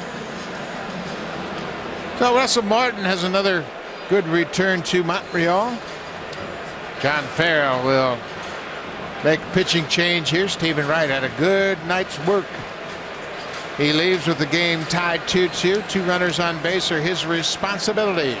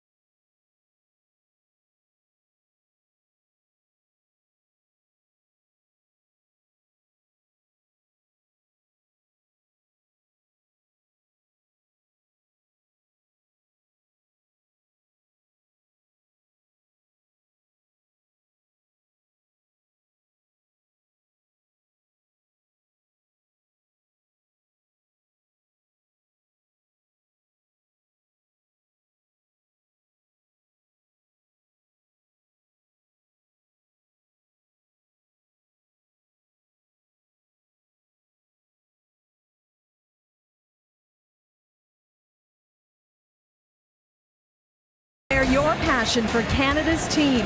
Visit any Rogers retail location to sign the Blue Jays fan board and have your message included in the Players Tunnel at Rogers Center. Visit RogersCelebrates.com for details. Very interesting night here in Montreal, and you can see the Blue Jay fans there out in droves. This is Robbie Ross Jr. He made 54 appearances a year ago for the Red Sox. He's on in relief of the starter, Stephen Wright. One of the lefties in the bullpen for the Boston Red Sox. There are his numbers in 54 games. He's already pitched in 9 games in spring training. Situational lefty. Won't really finish off innings, but he will turn Justin Smoke around. Here in the 6th inning, he throws hard. Got a good fastball and a late breaking slider. Probably will just finish off this inning right here. Justin Smoke had a double to the opposite field against Wright, batting as a left-handed batter.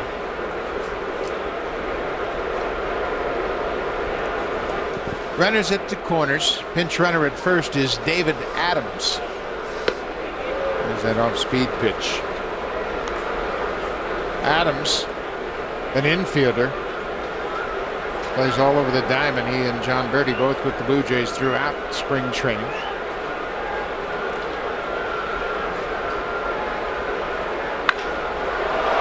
Popped in the air down the right field line, and Mookie Betts gets over there. Betts will play right field this year after spending most of his time in center a year ago. Robbie Ross gets out of the bottom of the 6th.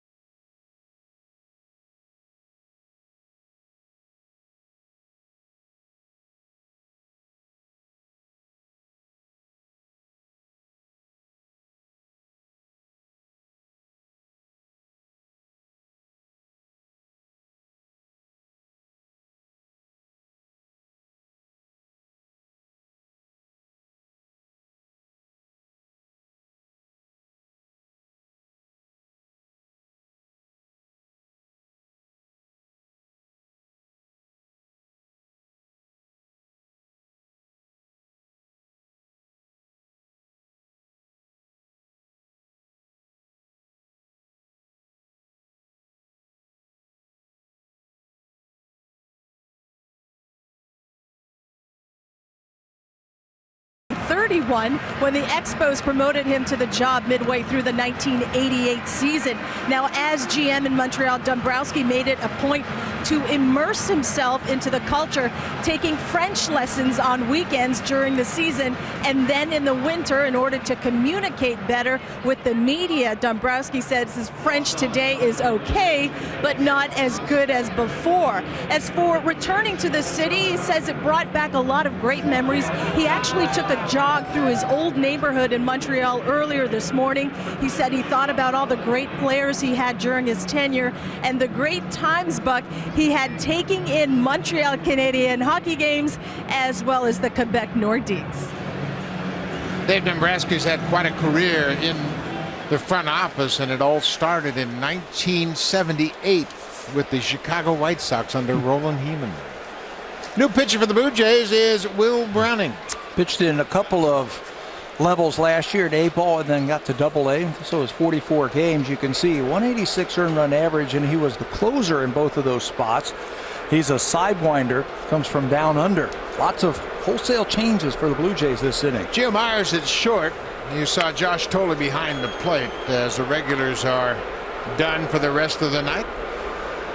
Quite a night for Michael Saunders, and we're pleased to be joined with Michael down in the dugout. Michael, congratulations on a good night here in Montreal. I appreciate it, guys. Thanks a lot for having me.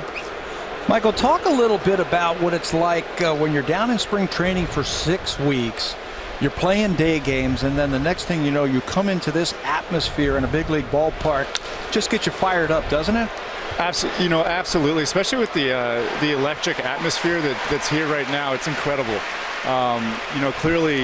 Clearly baseball belongs in Montreal. It's an absolute privilege to play here. I missed the trip last year, but I heard so many good things about it, and it certainly gets you ready for opening day in spring training. Michael, how do you feel now? Obviously, after the disappointment of last spring training, you must be thrilled with the way things have gone for you this spring. Yeah, I'm healthy. That's the major thing. My knee's healthy. It feels great. I was coming into spring training, obviously a little bit nervous, not so much about my health, but just getting back on the horse again and putting a big league uniform on. And, I've told everyone all spring that it's honestly felt like my first big league camp all over again. And I'm just excited. I'm thankful. I'm appreciative of being healthy, and I'm really looking forward to the upcoming season. Was there anything this spring that you worked on offensively? Let's start there, offensively with your swing. Showing some pop this spring.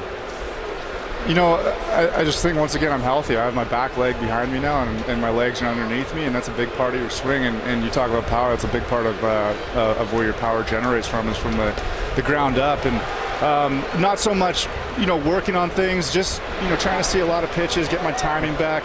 There was that was a question for me. It wasn't so much my mechanics. It was or seeing the ball, for that matter. It was more so getting on time, being on time. And I was thankful to see a lot of lefties early in camp as well, and I think that got me right for facing some right-handers. Well, your second at bat, I thought the base hit the left field was as fine a piece of hitting that I've ever seen. What were you trying to do there? Not too much. Knuckleball, you can't do too much. The ball will jump off your bat if you catch it right. And I think when you try to overswing, that's when you get yourself into trouble. He's got a lot of movement, obviously. And, in the season, Gibby is definitely replaying that, and I'm safe, and you know it. For sure. You were safe, big guy. We knew you were safe when we saw it. No, that's fine. I'm just happy to put a good swing on it. Michael, growing up in BC, did you root for the Expos? I was a big Jays fan. I definitely, it was hard not to root for the Expos with the talent that was on that team. It was really exciting to watch. And, but I obviously saw a lot more Jays, after the Expos left, unfortunately.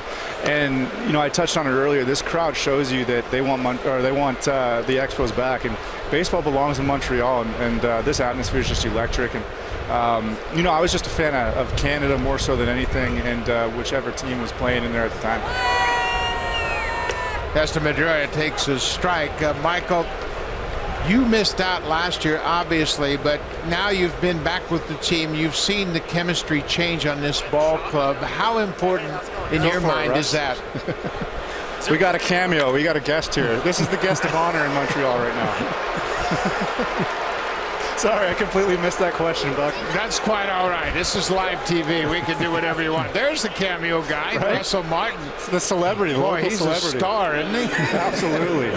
Now, I was talking to you about the chemistry of this ball club. You guys have really worked hard, but you've also had a lot of fun all spring long. How does that chemistry help you as a team looking forward to this season? Yeah, I think it was a snowball effect from last year. This team put up an incredible second half. I wasn't able to be a part of it, unfortunately, but I sat in the dugout for a lot of the games and wanted to be, a part of this club. And it was a lot of fun to watch. This is, a really talented club, obviously. For us, it's World Series or bust. And, I think it starts with the mentality. There's a lot of veteran guys on this team. We're taking the momentum that we had last second half of the year. And we have a lot of fun into the clubhouse, but as soon as we step between those lines, it's business, and everyone comes to play. And, this is obviously a really talented ball club. You don't put a lot of, I know as players, you don't want to start thinking of expectations, but this year, you got the bullseye on your back. You're the defending American League Eastern champion, a little bit tougher. Do the players talk about that, or is it business as usual? Just business as usual, and I think that comes with having such a veteran clubhouse and the leadership we have in this clubhouse. We know that we're the big dogs in the East this year, and I think we've earned that right. But we have fun running with that. You know what I mean? We, like I said, there's a lot of leadership. You know, we're not putting too high expectations on ourselves to go out there and do it all by ourselves on any given night. That's the beauty of this team is when one guy has an off night, anyone else can step up. And, you know, 1 through 9, it's a dangerous lineup. We acquired some good pitching this offseason. You know, we're just excited to go. And like I said, we have a lot of fun in the clubhouse. We have a lot of fun during batting practice. But as soon as we step between the lines, it's business time. Michael, congratulations on a great spring. Good luck. Thanks for your time tonight. All right, thanks for having me, guys.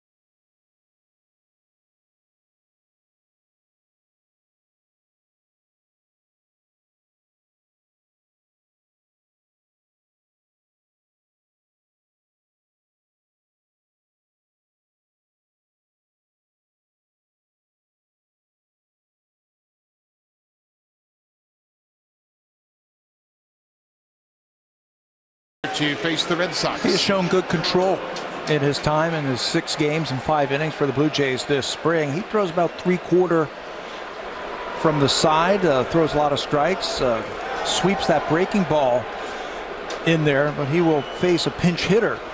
John Gibbons hoping to get David Ortiz, who's going to get himself a right-hander.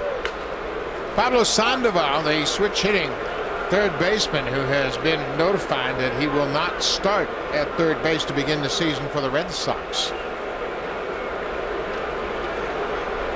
Sandoval in his 2nd season after signing a big contract as a free agent coming from San Francisco. Just had a brutal year last year for the Boston Red Sox, offensively, defensively.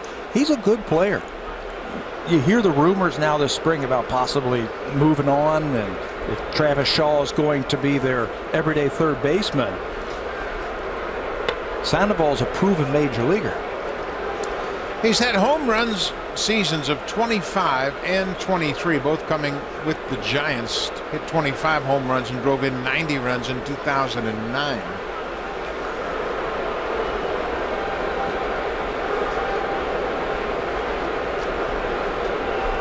Last year he gave up hitting as a right-handed hitter and hit strictly from the left side of the plate. Because things went so sideways for him last season. Right-handed, he said his swing was just so messed up, but he felt coming into this year that he's a better ball player by being a switch hitter, so he's going to give it a go one more time. Strike on the corner. Sandoval had a terrific World Series in 2014. He hit .429 in 7 games. 12 for 28. Had 3 doubles and drove in 4. But John Farrell, the manager, said he went with a straight competition, and Travis Shaw won that in the spring. Jurado strikes out the pinch hitter Pablo Sandoval. We'll go to the bottom of the 7th. It's still a 2-2 game.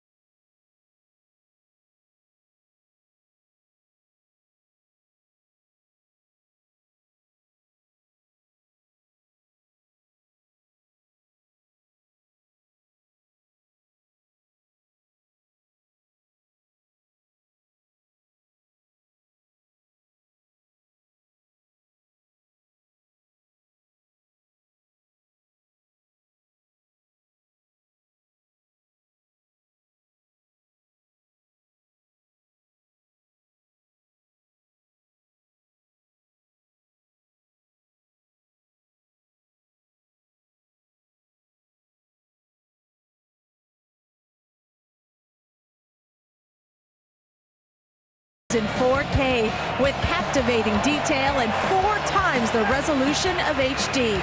Every play comes to life. Sportsnet brings you Sportsnet 4K and will also be in 4K tomorrow as the series concludes. Buck.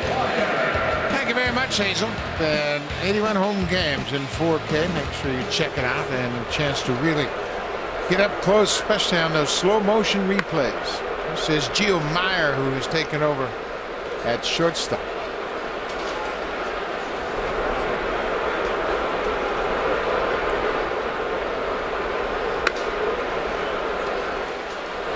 Meyer was signed as a minor league free agent from the Houston Astros organization. He was a former #1 pick of the Astros. Will begin the season in Buffalo. I think that's some of the depth that Mark Shapiro was talking to us about earlier tonight, about trying to build some depth, especially at Buffalo. There were so many trades over the last few seasons by the Blue Jays that they emptied the farm system. So they had to build some depth back up. There's the leadoff walk. Robbie Ross Jr. came in to close out the bottom of the 6th. He stays in the ball game.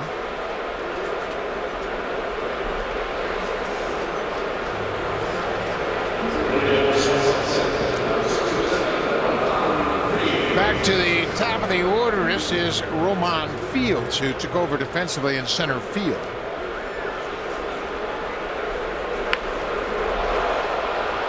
Ross looked at second. He goes to first, and Hanley Ramirez missed the bag.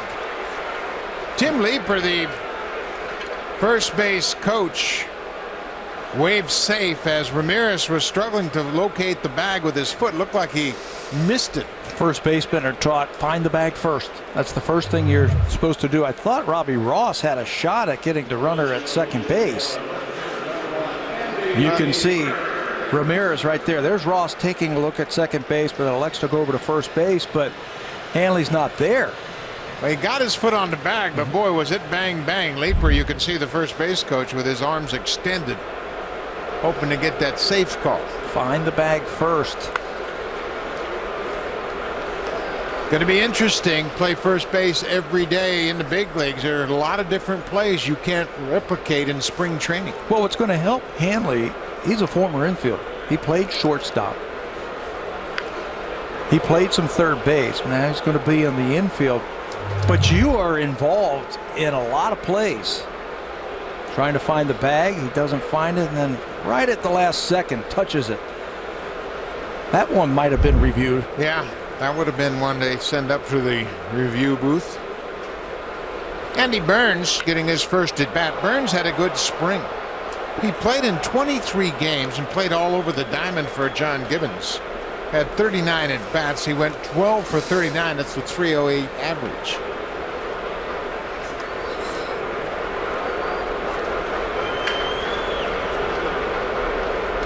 It's a 2-2 ball game.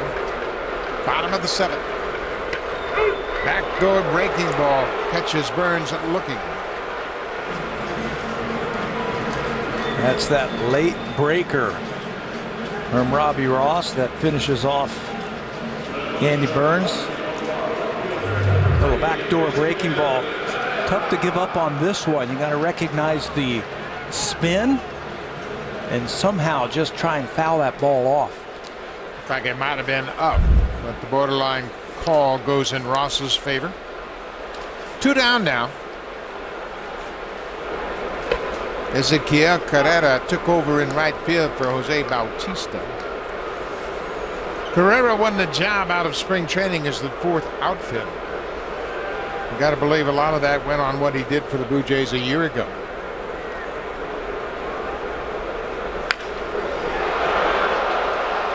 Fouls off that pitch down and away. Well, he had some good at-bats for the Blue Jays last year, especially late in the year. Came up with some big hits. He would be called on to pinch hit, and I remember some at-bats. They were tough at-bats against elite relief pitchers, and somehow he would find his way on at first base. And he's got enough speed that you could use him as a pinch runner also late in a ball game. Carrera hit .273 for the regular season a year ago, and he had 26 RBIs.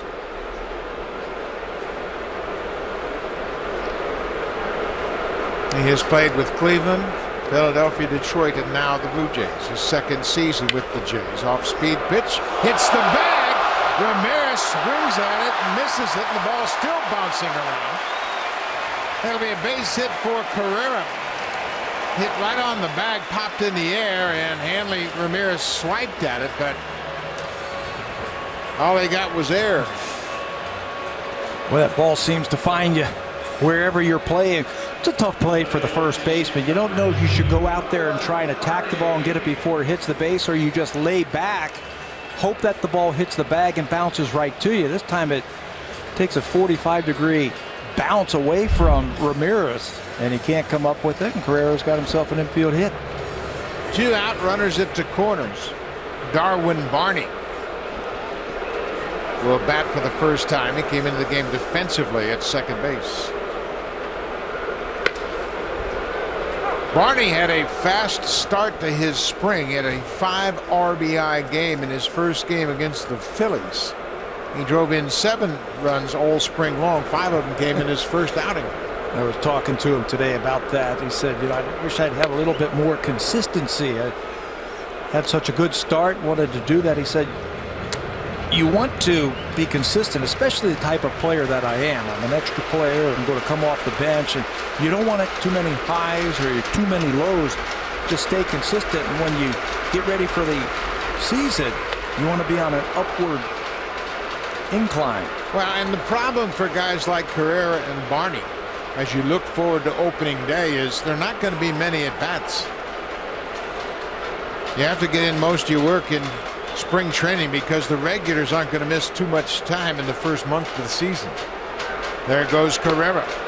No throw as Meyer holds his ground at third. Carrera gets the stolen base. Now they're 2 in scoring position. They weren't even, the Red Sox weren't even covering at second base. You can see the middle infielders, no one's there. They're going to give Carrera that base just in case the Blue Jays are going to try the double steal. There's that backdoor breaking ball twice this inning. Robbie Rouse has painted that outside corner for strikeouts. Blue Jays leave him there.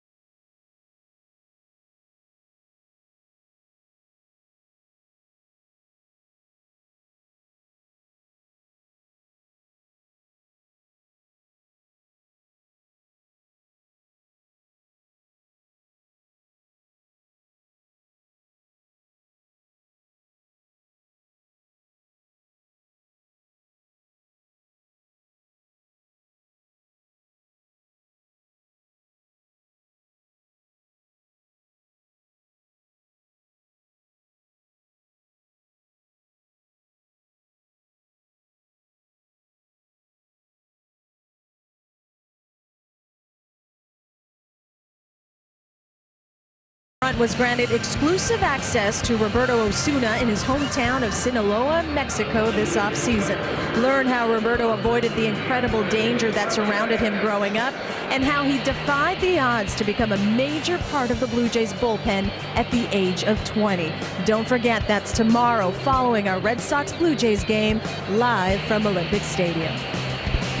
We want to remind you, fans, make sure you check that out. Stephen Rudd has done a terrific job with all of these documentaries, but the Osuna one is really special, and that's a great way to start your season. So after our game tomorrow, make sure you stay tuned and check out the story of Roberto Osuna and his climb to the major leagues. An interesting young man. We got to Montreal yesterday about 4 or 5 o'clock, and I got into the hotel and I was able to turn on Sportsnet, and Stephen Brunt was on with Ivanka on the Tim and Sid show, and they showed us a snippet of that special, and it was really good. I mean, really good. They did a great job on that, so don't miss it. Manny Ramirez has gone the distance for the Red Sox.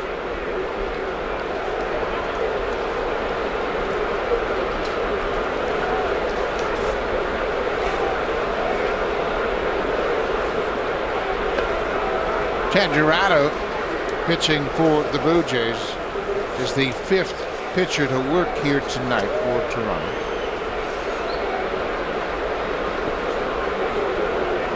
Girardo, the senior sign out of Mississippi State. He made the adjustment to his sidearm delivery as a senior. Big hop for the shortstop Meyer. Ramirez 0 for 1 for 3. He had a single in the 6th.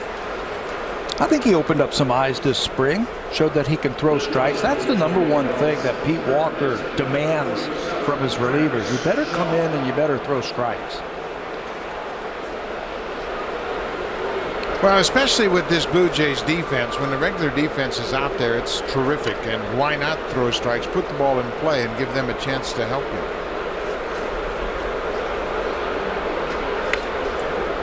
We spoke to Josh Donaldson about how this team takes pride in their defense, and he's encouraged pitchers to put the ball in play. Trust us, we'll help you out. Keep the ball down. Get the other team to swing it. If they get it on the ground, chances are it's going to be an out. Travis Shaw, the third baseman, he's 0 for 3 so far with a strikeout.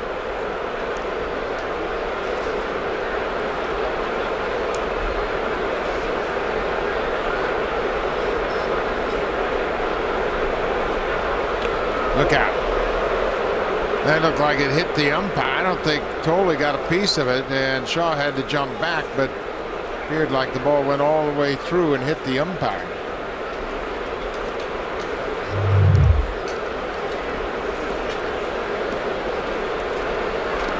Just off the catcher's glove and hit the umpire in that right knee.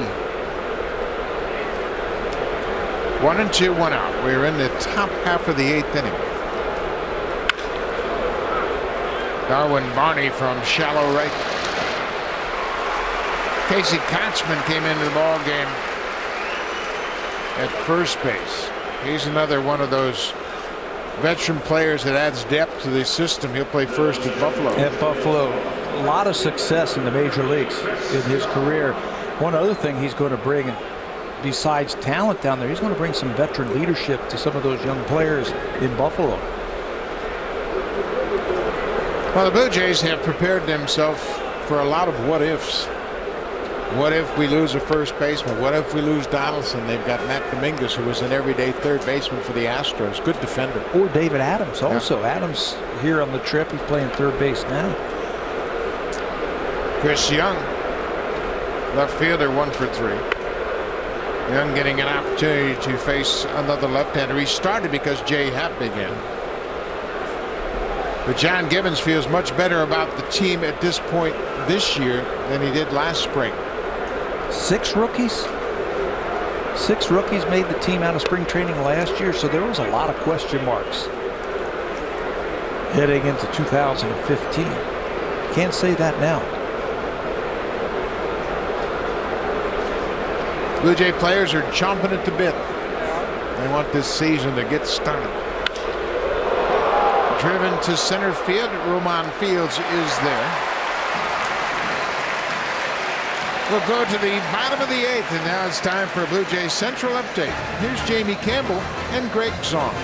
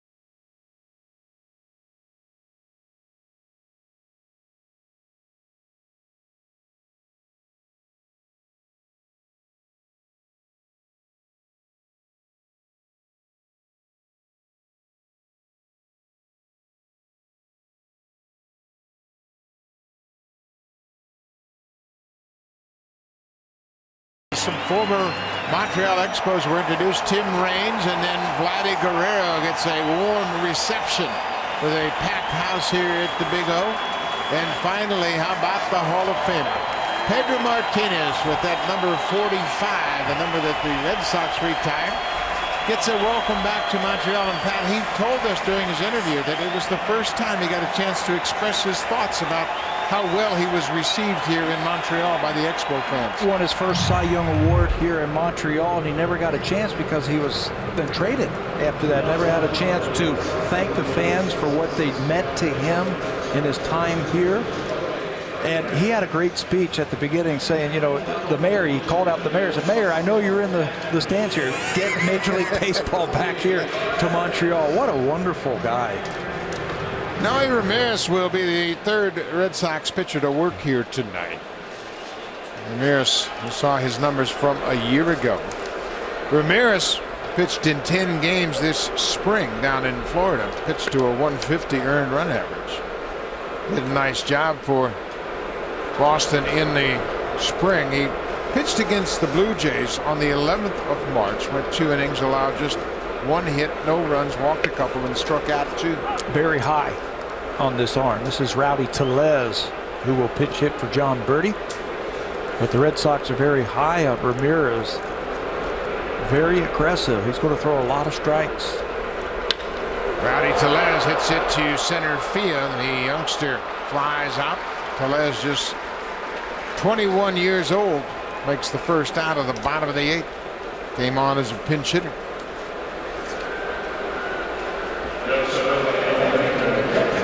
Tellez was batting for the DH, John Birdie, who came in to run for Chris Colabello.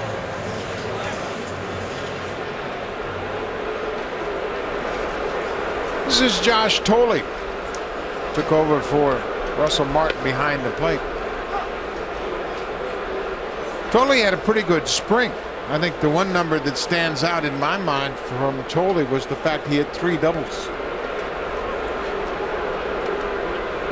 He made up his mind to try to get a little more oomph in his swing. Made a little bit of a change, lowered his hands.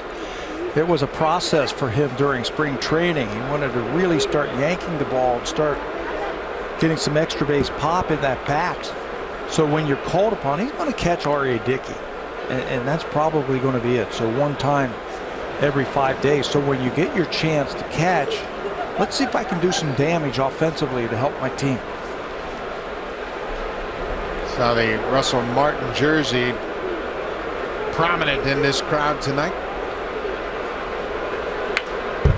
Tolley takes a hack at that nasty pitch down and away.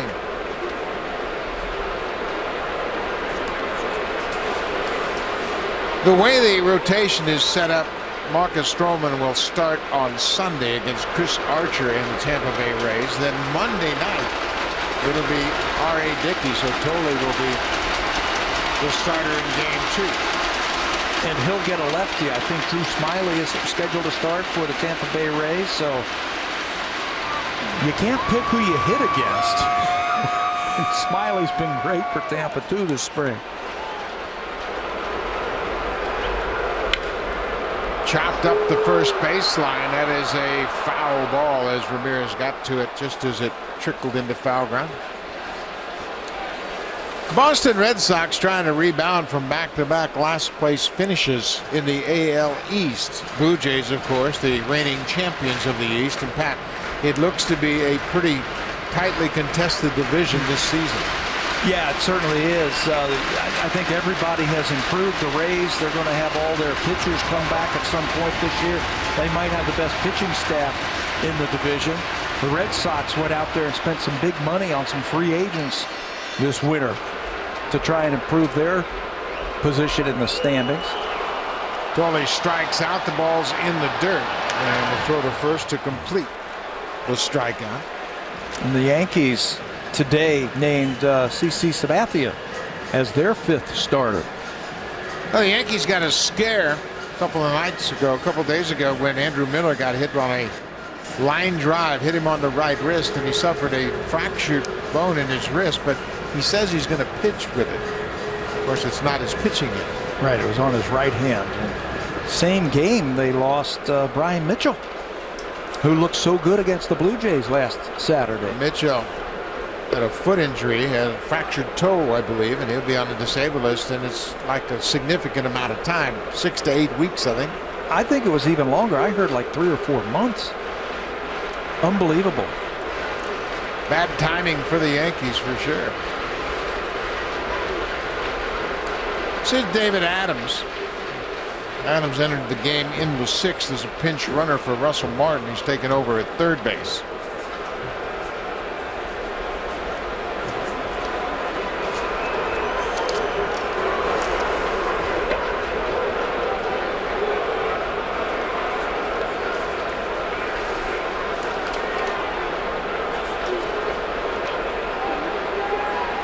Adams during the spring appeared in 18 games for the Blue Jays. He hit .355 and went 11 for 31.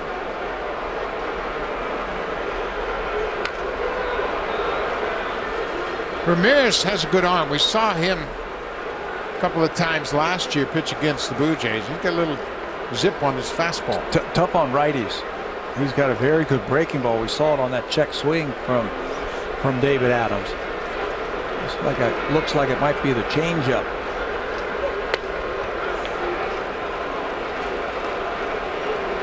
Full count.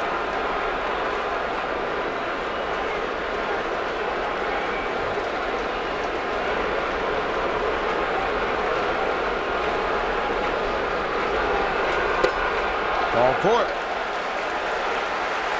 A 2-out walk here in the bottom of the 8th. It's a 2-2 game. Both of these teams have brought a full complement of players for this 2-game series. Of course, they have whittled down to their 25-man rosters, and they have a lot of minor leaguers with them on this trip. You see how many pitchers the Boston Red Sox brought? Almost takes up the whole page.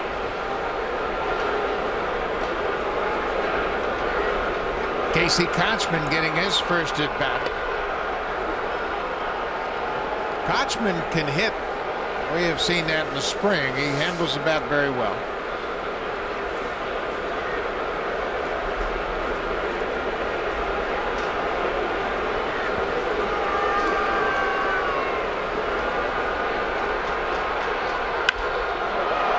This popped up into shallow center. Easy play for Jackie Bradley Jr. We've played 8 complete here in Montreal. It's a 2-2 ball game.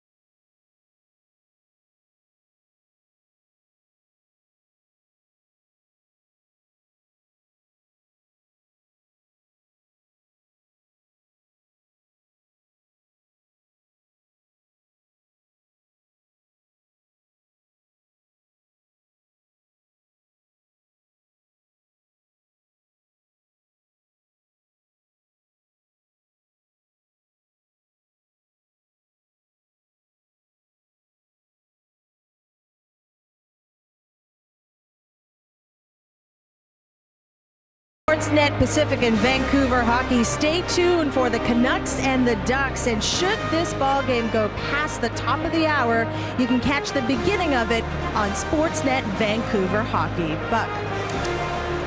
Thank you very much, Hazel. And it has been quite an interesting evening here in Montreal. We had a chance to visit with the CEO and president of the Toronto Blue Jays, Mark Shapiro. Then Pedro Martinez joined us in the booth. New pitcher for the Blue Jays is David Aardsma, the veteran. Former Boston Red Sox. We'll get to face his former team there as Aardsma has been out of the game for a couple of seasons.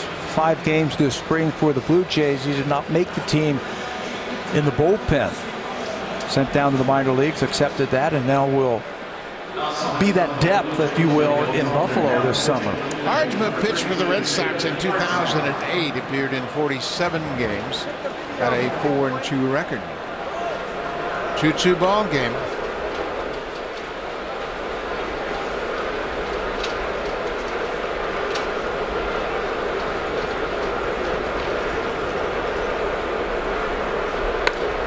Inside pitch from Aardsma.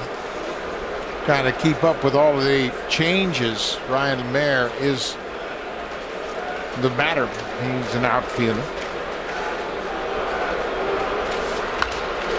So he's popped up behind home into the seats. Another souvenir for this good crowd. 91 games a year ago in AAA.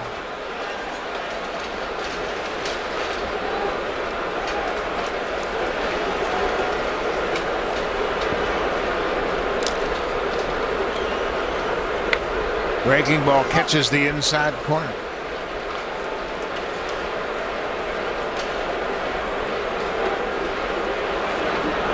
These people have a lot of fun when they turn out for these exhibition series. This is the 3rd time the Blue Jays have been here in Montreal.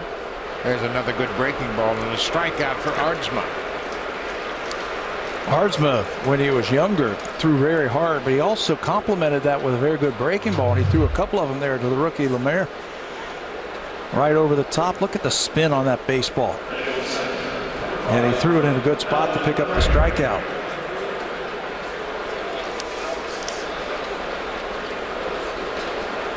The batter is Alan Craig.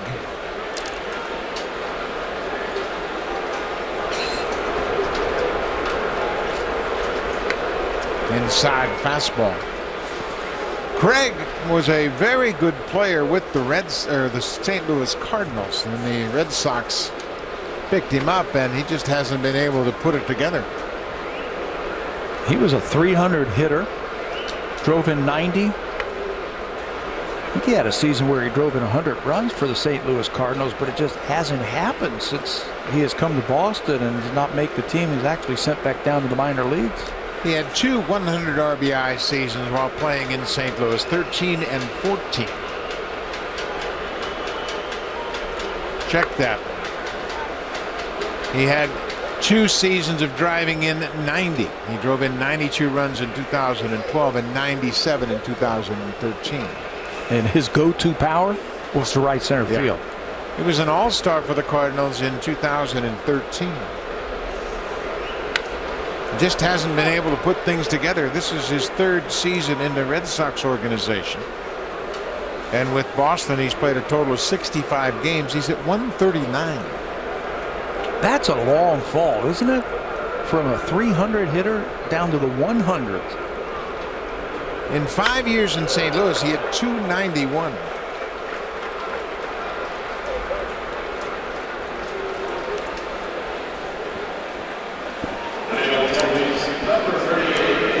So Aardsma strikes out the first batter and walks the second.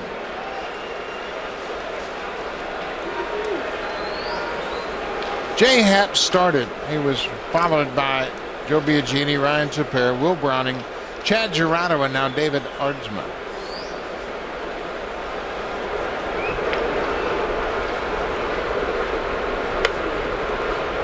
Happ went 4 innings, allowed a run on 4 hits, walked 2, and struck out 4. He capped off a very good spring, and he will pitch game 4 of the season, the afternoon game in St. Petersburg against the Rays. That's Wednesday afternoon. Popped into shallow right field. Carrera comes in. He's there, and that's the second out of the inning. Schedule worked out nice for the Blue Jays, didn't it, with that off day? Now after the Tampa series, before the home opener against the Boston Red Sox? Well, that part of it's great. You get a little chance to regroup after a day game in Tampa Bay. But this trip became a challenge for John Gibbons and the team because the original opening day was Monday on the 4th of April. ESPN chose the game to broadcast it on opening day, so they moved the game to Sunday afternoon. So you play here on Saturday, and I think teams leaving right after the game, heading right back down to Tampa. And then a quick turnaround for a 4 o'clock afternoon game on Sunday. But they get the off day in between those series, and that allows them to skip that 5th starter. They don't need them till the Boston series. Yeah, he'll make that start on the 10th. That'll be Marco Estrada.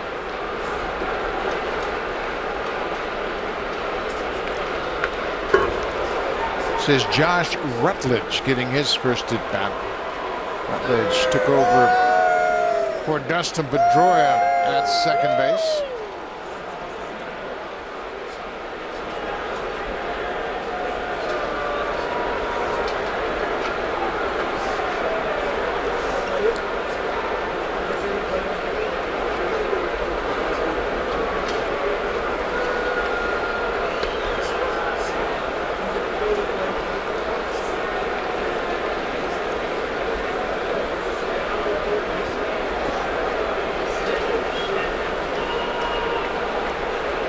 Three balls and a strike, 2 outs. That's ball 4. That'll push Craig to second base. 2 walks in the inning issued by Ardsman.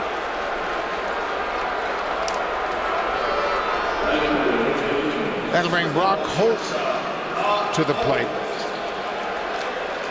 Brock Holt had a terrific season a year ago. He is Mr. Utility for the Red Sox, and he'll play every day somewhere. He'll find a spot for him. He's an all-star. What makes him valuable is he can play the infield and the outfield.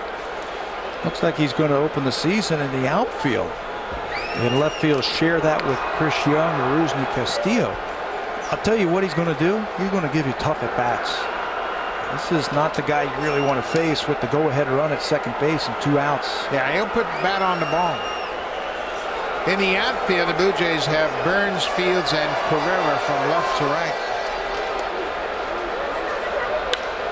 That ball is driven to the alley, but Carrera's going to get there and makes the catch.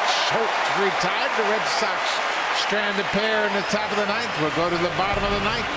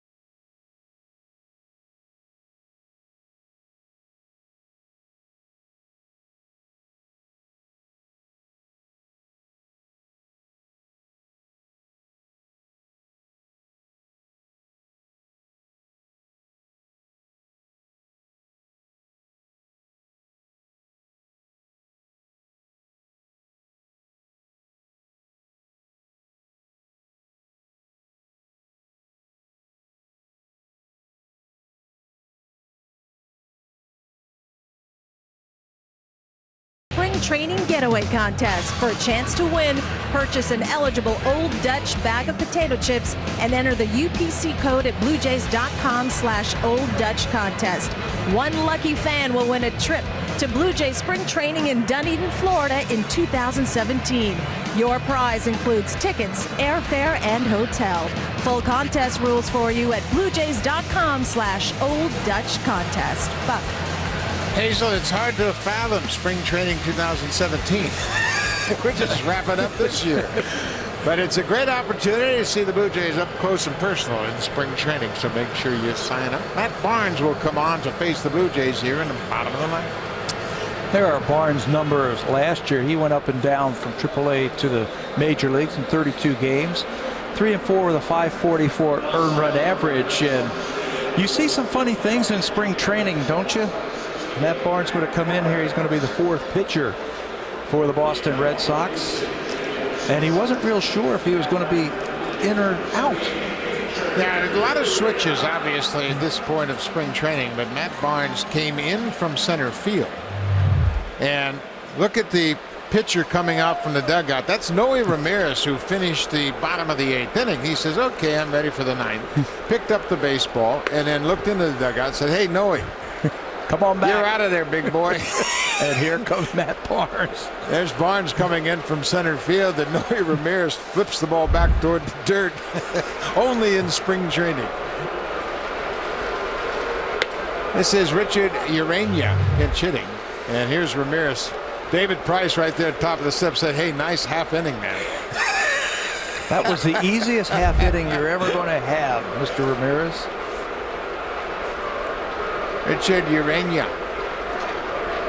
Splitting time last year from Lansing and Dunedin, and he can hit. He gets the leadoff single. You know, one thing that they have seen from Urania, this guy can really play. He's a switch hitter. He doesn't look out of place in a major league uniform on this team. It's a curveball from Barnes, and he goes down and gets it. Look at the head straight down on that baseball.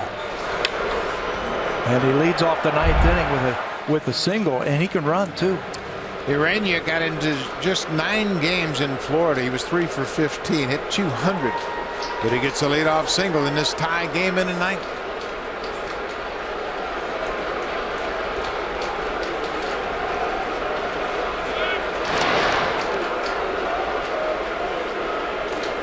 Fields bunted last time up in the 7th inning as Roman Fields, after leadoff walk to Gio Meyer, tried to drag a bunt. Looked like he might have been safe at first base.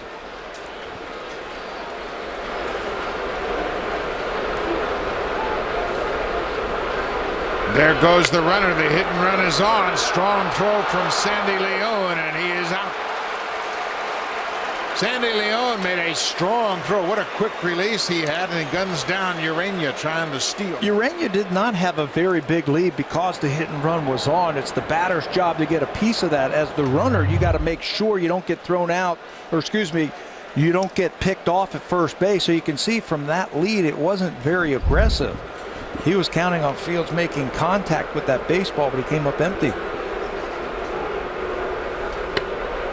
Fields chases that pitch outside. It's 0-2.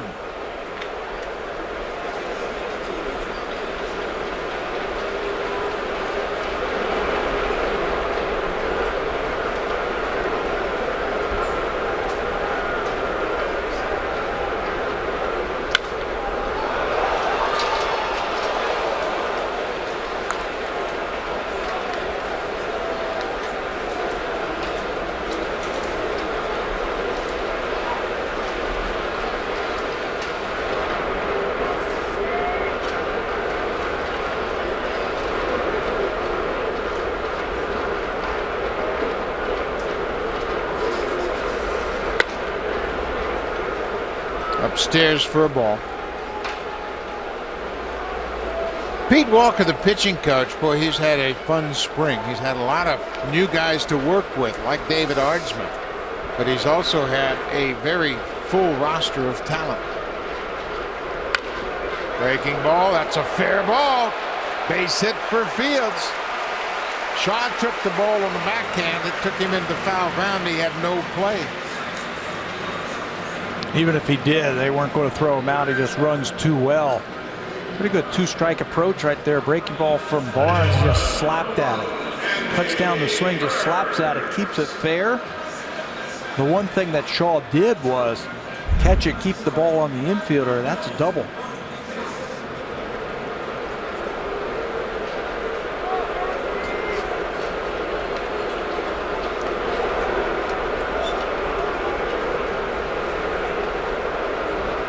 Andy Burns, the left fielder, looks like he wants to run. He draws the throw from Barnes. Much more aggressive lead over there at first base by Fields. The difference between the hit and run with Urena at first base and now a threat to steal with Fields. Look at that, 1 foot on the carpet. That's a good lead.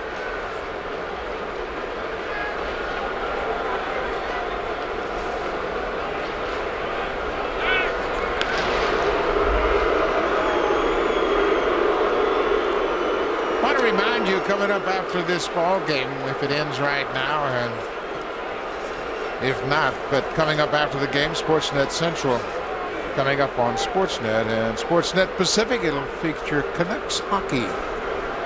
So a lot more coming up after this game here on the Friday night. Fields got a great jump.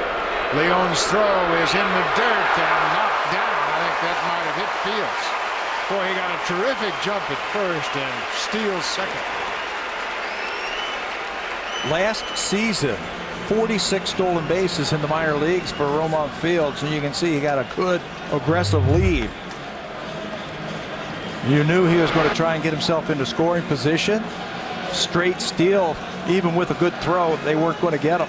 The ball hit Fields in the back after taking a hop in the dirt. You can see the ball hit him right between the numbers, but he's in scoring position. He represents the winning run. Better keep an eye on him at second as well.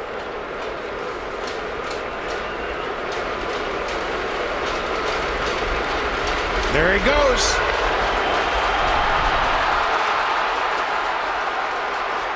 Umpire said, show me the ball. That's Marvin Hudson. Fields slid into the tag of the third baseman, and now the delayed call. There's another example of a play that's going to be reviewed in the regular season, but Shaw put the glove right in front of the bag. And let that runner slide right into you. A strong throw from Sandy Leon that time. That was right on the mark. And it had to be, or Fields was going to be safe. Watch it one more time. Right there.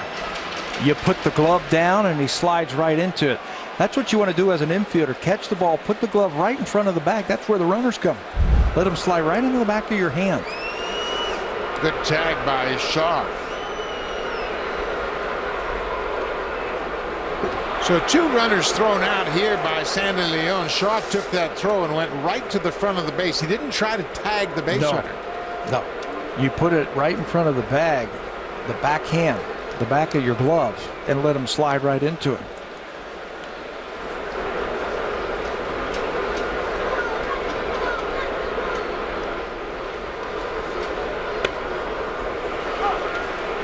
Leon, the catcher, made a strong throw because you see that terrific jump right behind the pitcher's mound, and you have a tendency to rush that throw, but he was patient yet quick at the same time.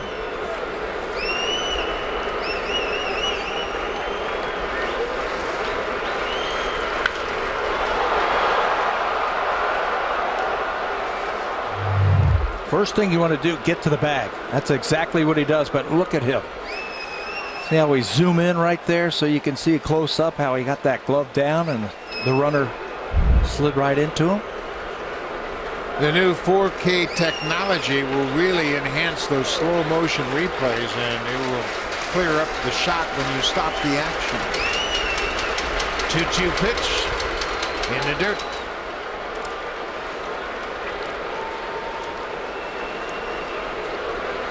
Matt Barnes, working here in the ninth, has given up 2 singles and has 2 outs and nobody on. Thank you, Sandy Leon, behind the plate.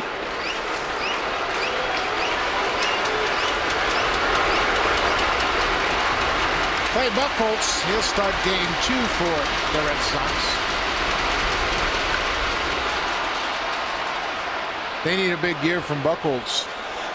Talking to some of the Red Sox today, they said that's the key to the pitching staff.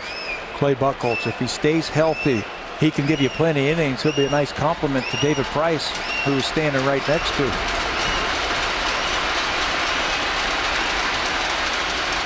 When Clay Buchholz stays healthy, he can really pitch.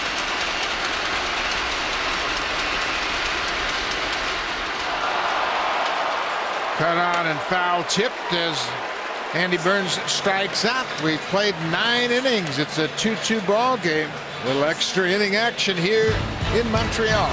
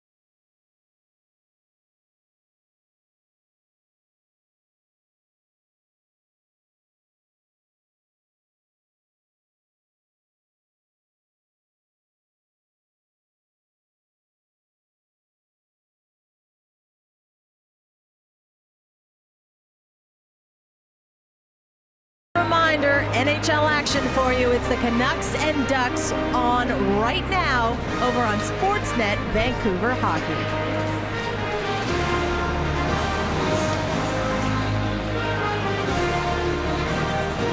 Little late night action for the young ones here in Montreal. Extra innings as we move to the top half of the 10th inning. It's a 2-2 game. The hits are even at 10 apiece. No one has booted it. The Blue Jays have struck out 12 times tonight. Started with the knuckleballer. Stephen Wright went 5 2/3. He allowed 2 runs on 7 hits, walked a batter, and struck out 8. This is Patrick McCoy, left-handed pitcher, into the ball game to start the 10th. Pablo Sandoval entered the game as a pinch hitter. Pinch hit for David Ortiz in the 7th and struck out against Chad Gerardo. The spot in the batting order for the Boston Red Sox hasn't been very good tonight. 0 for 4 with 3 Ks. Bouncing ball towards short. Urania. Nice play by the young shortstop. Another good turnout tonight from the fans here in Montreal. 50,682. The Blue Jays have really packed them in as the fans just showing their support for baseball. Another good crowd. We'll be right back here tomorrow afternoon. Game time 1 p.m. Lots of K's on that scorebook.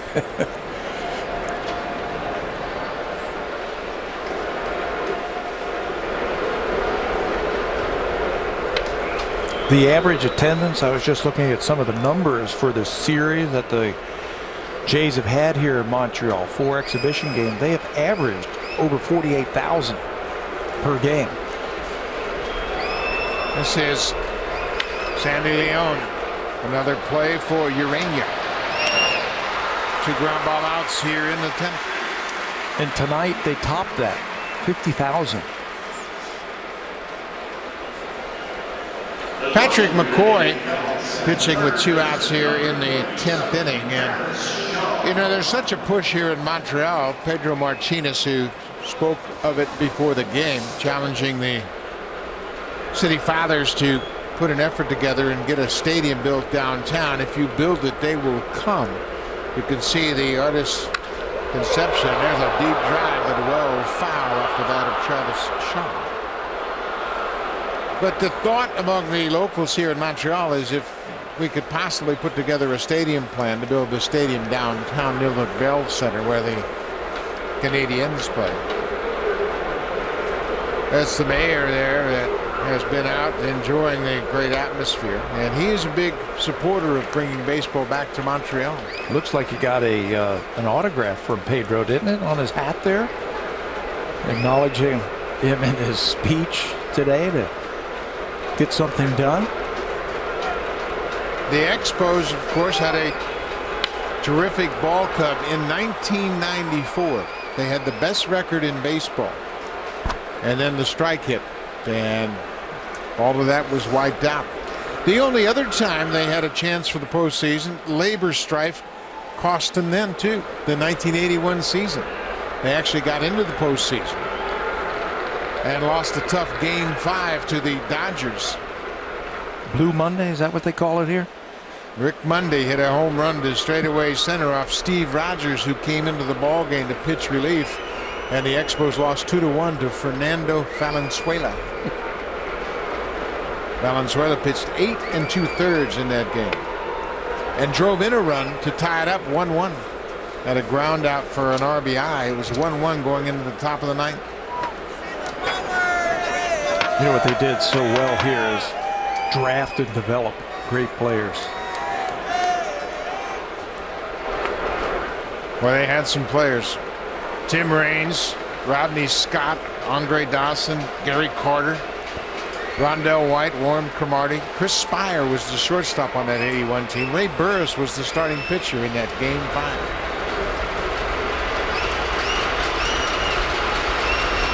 Travis Shaw.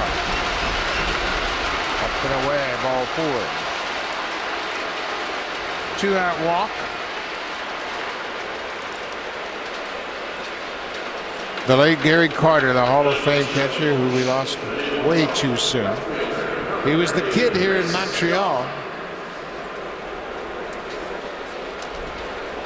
The Expos began their history playing at Jerry Park, 1969 expansion team, and they have renamed the street where Jerry Park is Rue de Gary Carter.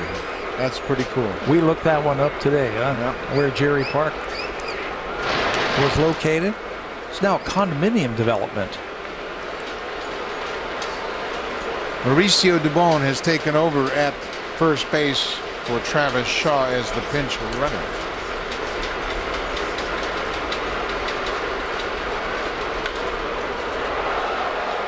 Kochman gets over near the dugout, and it's over the dugout.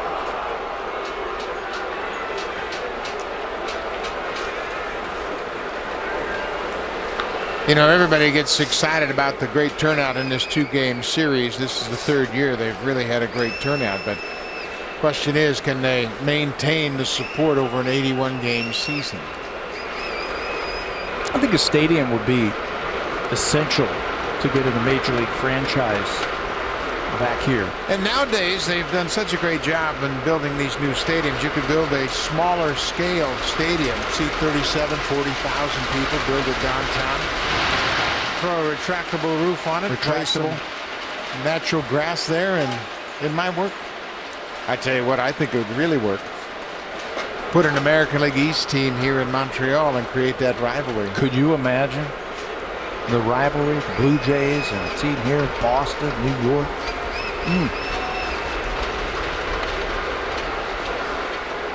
Chris Young getting a taste of left-handed pitching.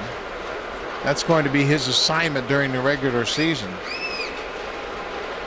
He started against Jay Happ, went 1 for 2, and then has faced one right-hander, Ryan Tepera, and he flied out to left, and then flied out to center against Chad Gerardo, another lefty. Right now, he's sizing up something on the inner half. Yeah. You start getting into these counts right here, 2-1. You're looking for something out over the plate you're thinking extra bases right now. Extra base hit. I got to score that run from first base. Young hit .327 a year ago against lefty pitching. Interesting that he hit 14 home runs. It was split right down the middle. 7 against lefties, 7 against righties. He did that with the Yankees, right? Yes. Playing in that ballpark. Very fun for right-handers. He takes ball 4, 2 outs. Now that'll push the runner to second. It's first and second. Pete Walker, pitching coach, out of the dugout quickly. Boy, 2 quick outs. Attack, getting the first 2 outs. And then when Travis Shaw hit that first pitch way deep down the right field line, it's almost like McCoy has now become very defensive on the mound. And he has walked the next 2 batters.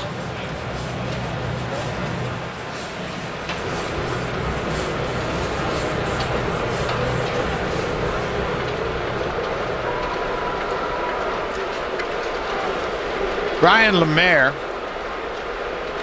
struck out against David Ardsman in the 9th. Pete Walker with a short visit to the mound. Probably said, hey, let's go. You're good. Let that ball sink.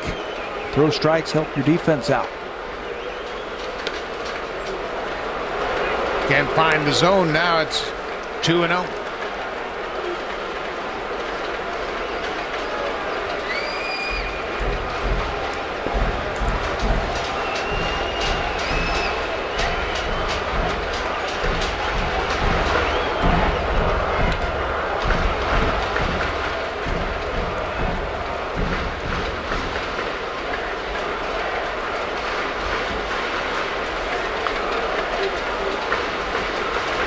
John Gibbons trying to contemplate extra innings here, seeing what they can do as far as pacing the pitching. They made an announcement before this inning started that they only play 1 inning, an extra inning. That's what they were saying on the loudspeaker here. So you brought up a full complement of pitchers, but you still have another game tomorrow. The Blue Jays didn't bring their bullpen. They left most of their bullpen down south with Osuna, and there's a ball driven over the head of the center fielder, and that's going to score a couple of runs. 1 run is in. Devon comes in to score. Here comes the second runner all the way from first. Chris Young scores, and just like that, the Red Sox have taken a 2-run lead here in the top of the 10th. Those walks with 2 outs came back to bite Patrick McCoy. Yeah, became very defensive, fell behind batters, walked them, and then Lemaire fell behind him, and he's got to throw a pitch right down Broadway, and he's going to get hurt. Showing off some pop the other way. Right center field drills it over the head of Fields to score both runners. That's what you're supposed to do with a 3-run fastball. Get your pitch and drive it. He didn't try to pull it. He went the other way and drove it all the way to the gap in right center. Alan Craig. Craig walked against Ardsma in the 9th. His only plate appearance.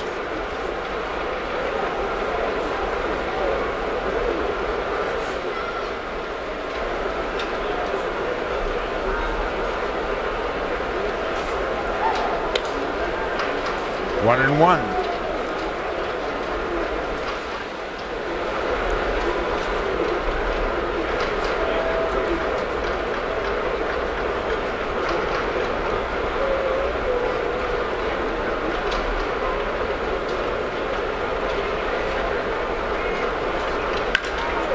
Hit hard. Barney is there. That'll end the inning. But Boston, with 2 outs and nobody on, get a couple of walks from Patrick McCoy, and Ryan Lemaire cashes them in. 4-2 Red Sox.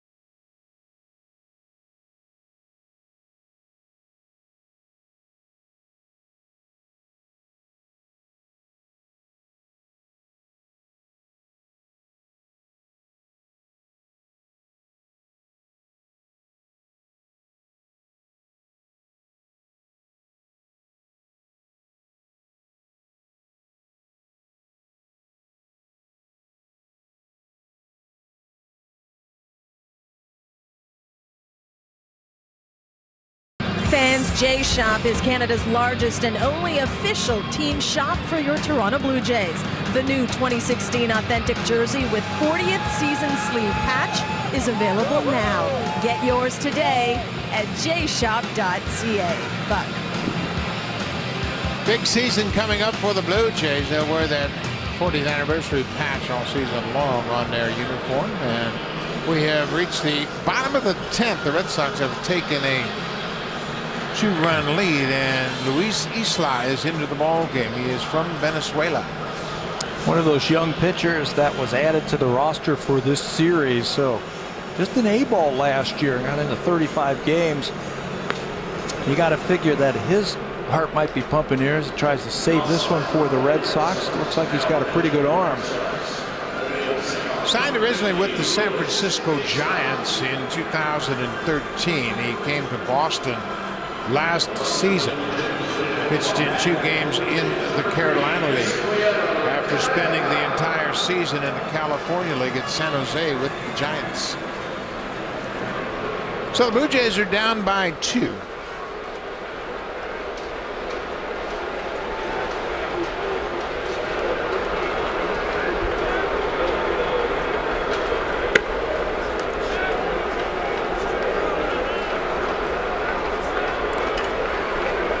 Ezequiel Carrera, the right fielder, had a base hit, infield base hit in this 7th.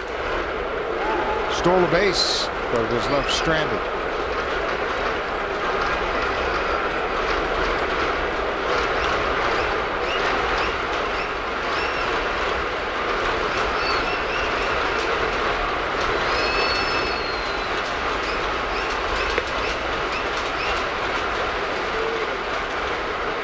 The last thing you want from your pitcher is to walk the leadoff man in the bottom of the 10th. Lots of happy fans here, and they've got some autographs. Red Sox and Blue Jays fans, the youngsters, out to enjoy this great atmosphere. Green light for Carrera, and he pops it down the left field line. Young gets there, makes the catch in foul territory. John Gibbons giving Carrera the green light. You can do that in spring training. Regular season, obviously, is going to try and get himself aboard. I like that. I like giving guys the freedom like that, especially in these types of games. In a spring training game, you want to give the hitters an opportunity to swing the bat. Darwin Barney struck out in his only plate appearance back in the 7th.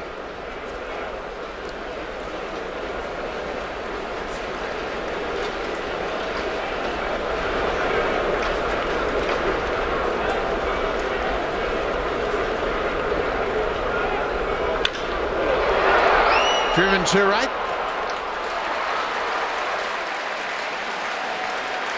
2 down. A reminder, fans, we'll be right back here at Olympic Stadium in Montreal tomorrow. Pre-game show with Jamie Campbell and Greg Zahn. That begins at 12:30 Eastern Time, 9:30 Pacific. It'll be in 4K tomorrow. New technology will really enhance your pictures, so make sure you come on back and tune in tomorrow. We got to get some extra makeup then if we're in 4K for our opening. This is Rowdy Tellez, who took over in the DH spot. Tellez flew out to center in his only plate appearance.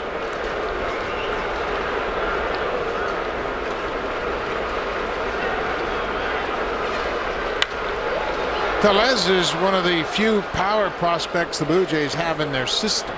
He's the first baseman who's going to start his season at AA New Hampshire. Tellez, Vladimir Guerrero, I guess, who's only 16 years old, will probably be in extended spring training. You're right. There's not a lot of power in the organization. Tellez had a good season in the Arizona Fall League. Hit some home runs out there against real tough pitching prospects. I think that's what gave him that bump to start the season in AA, because he finished last year in the Florida State League. Tellez hit 4 home runs in the Arizona Fall League in just 21 games. 2-1. Big cut.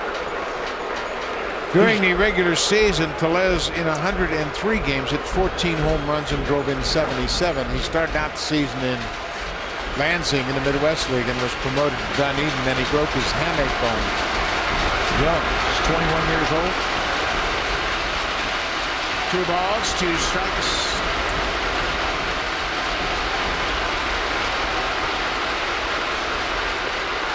Waves at that nasty pitch down and away. That's the ball game, folks. Isla strikes out Rowdy Tellez, and the Blue Jays lose in extra innings 4-2 to Boston. Well, you got a chance to see Jay Happ. Jay got his 4 innings in. The regulars got a couple of at-bats. They got to play on turf under the lights as they get ready for the regular season. Kevin Pillar and Michael Saunders both hit home runs in their first at-bats. We'll be right back here tomorrow. Coming up next on Sportsnet, it's Sportsnet Central. On Sportsnet Pacific, how about a little hockey? Thanks for watching tonight. Hope you had a good time. We'll see you tomorrow afternoon.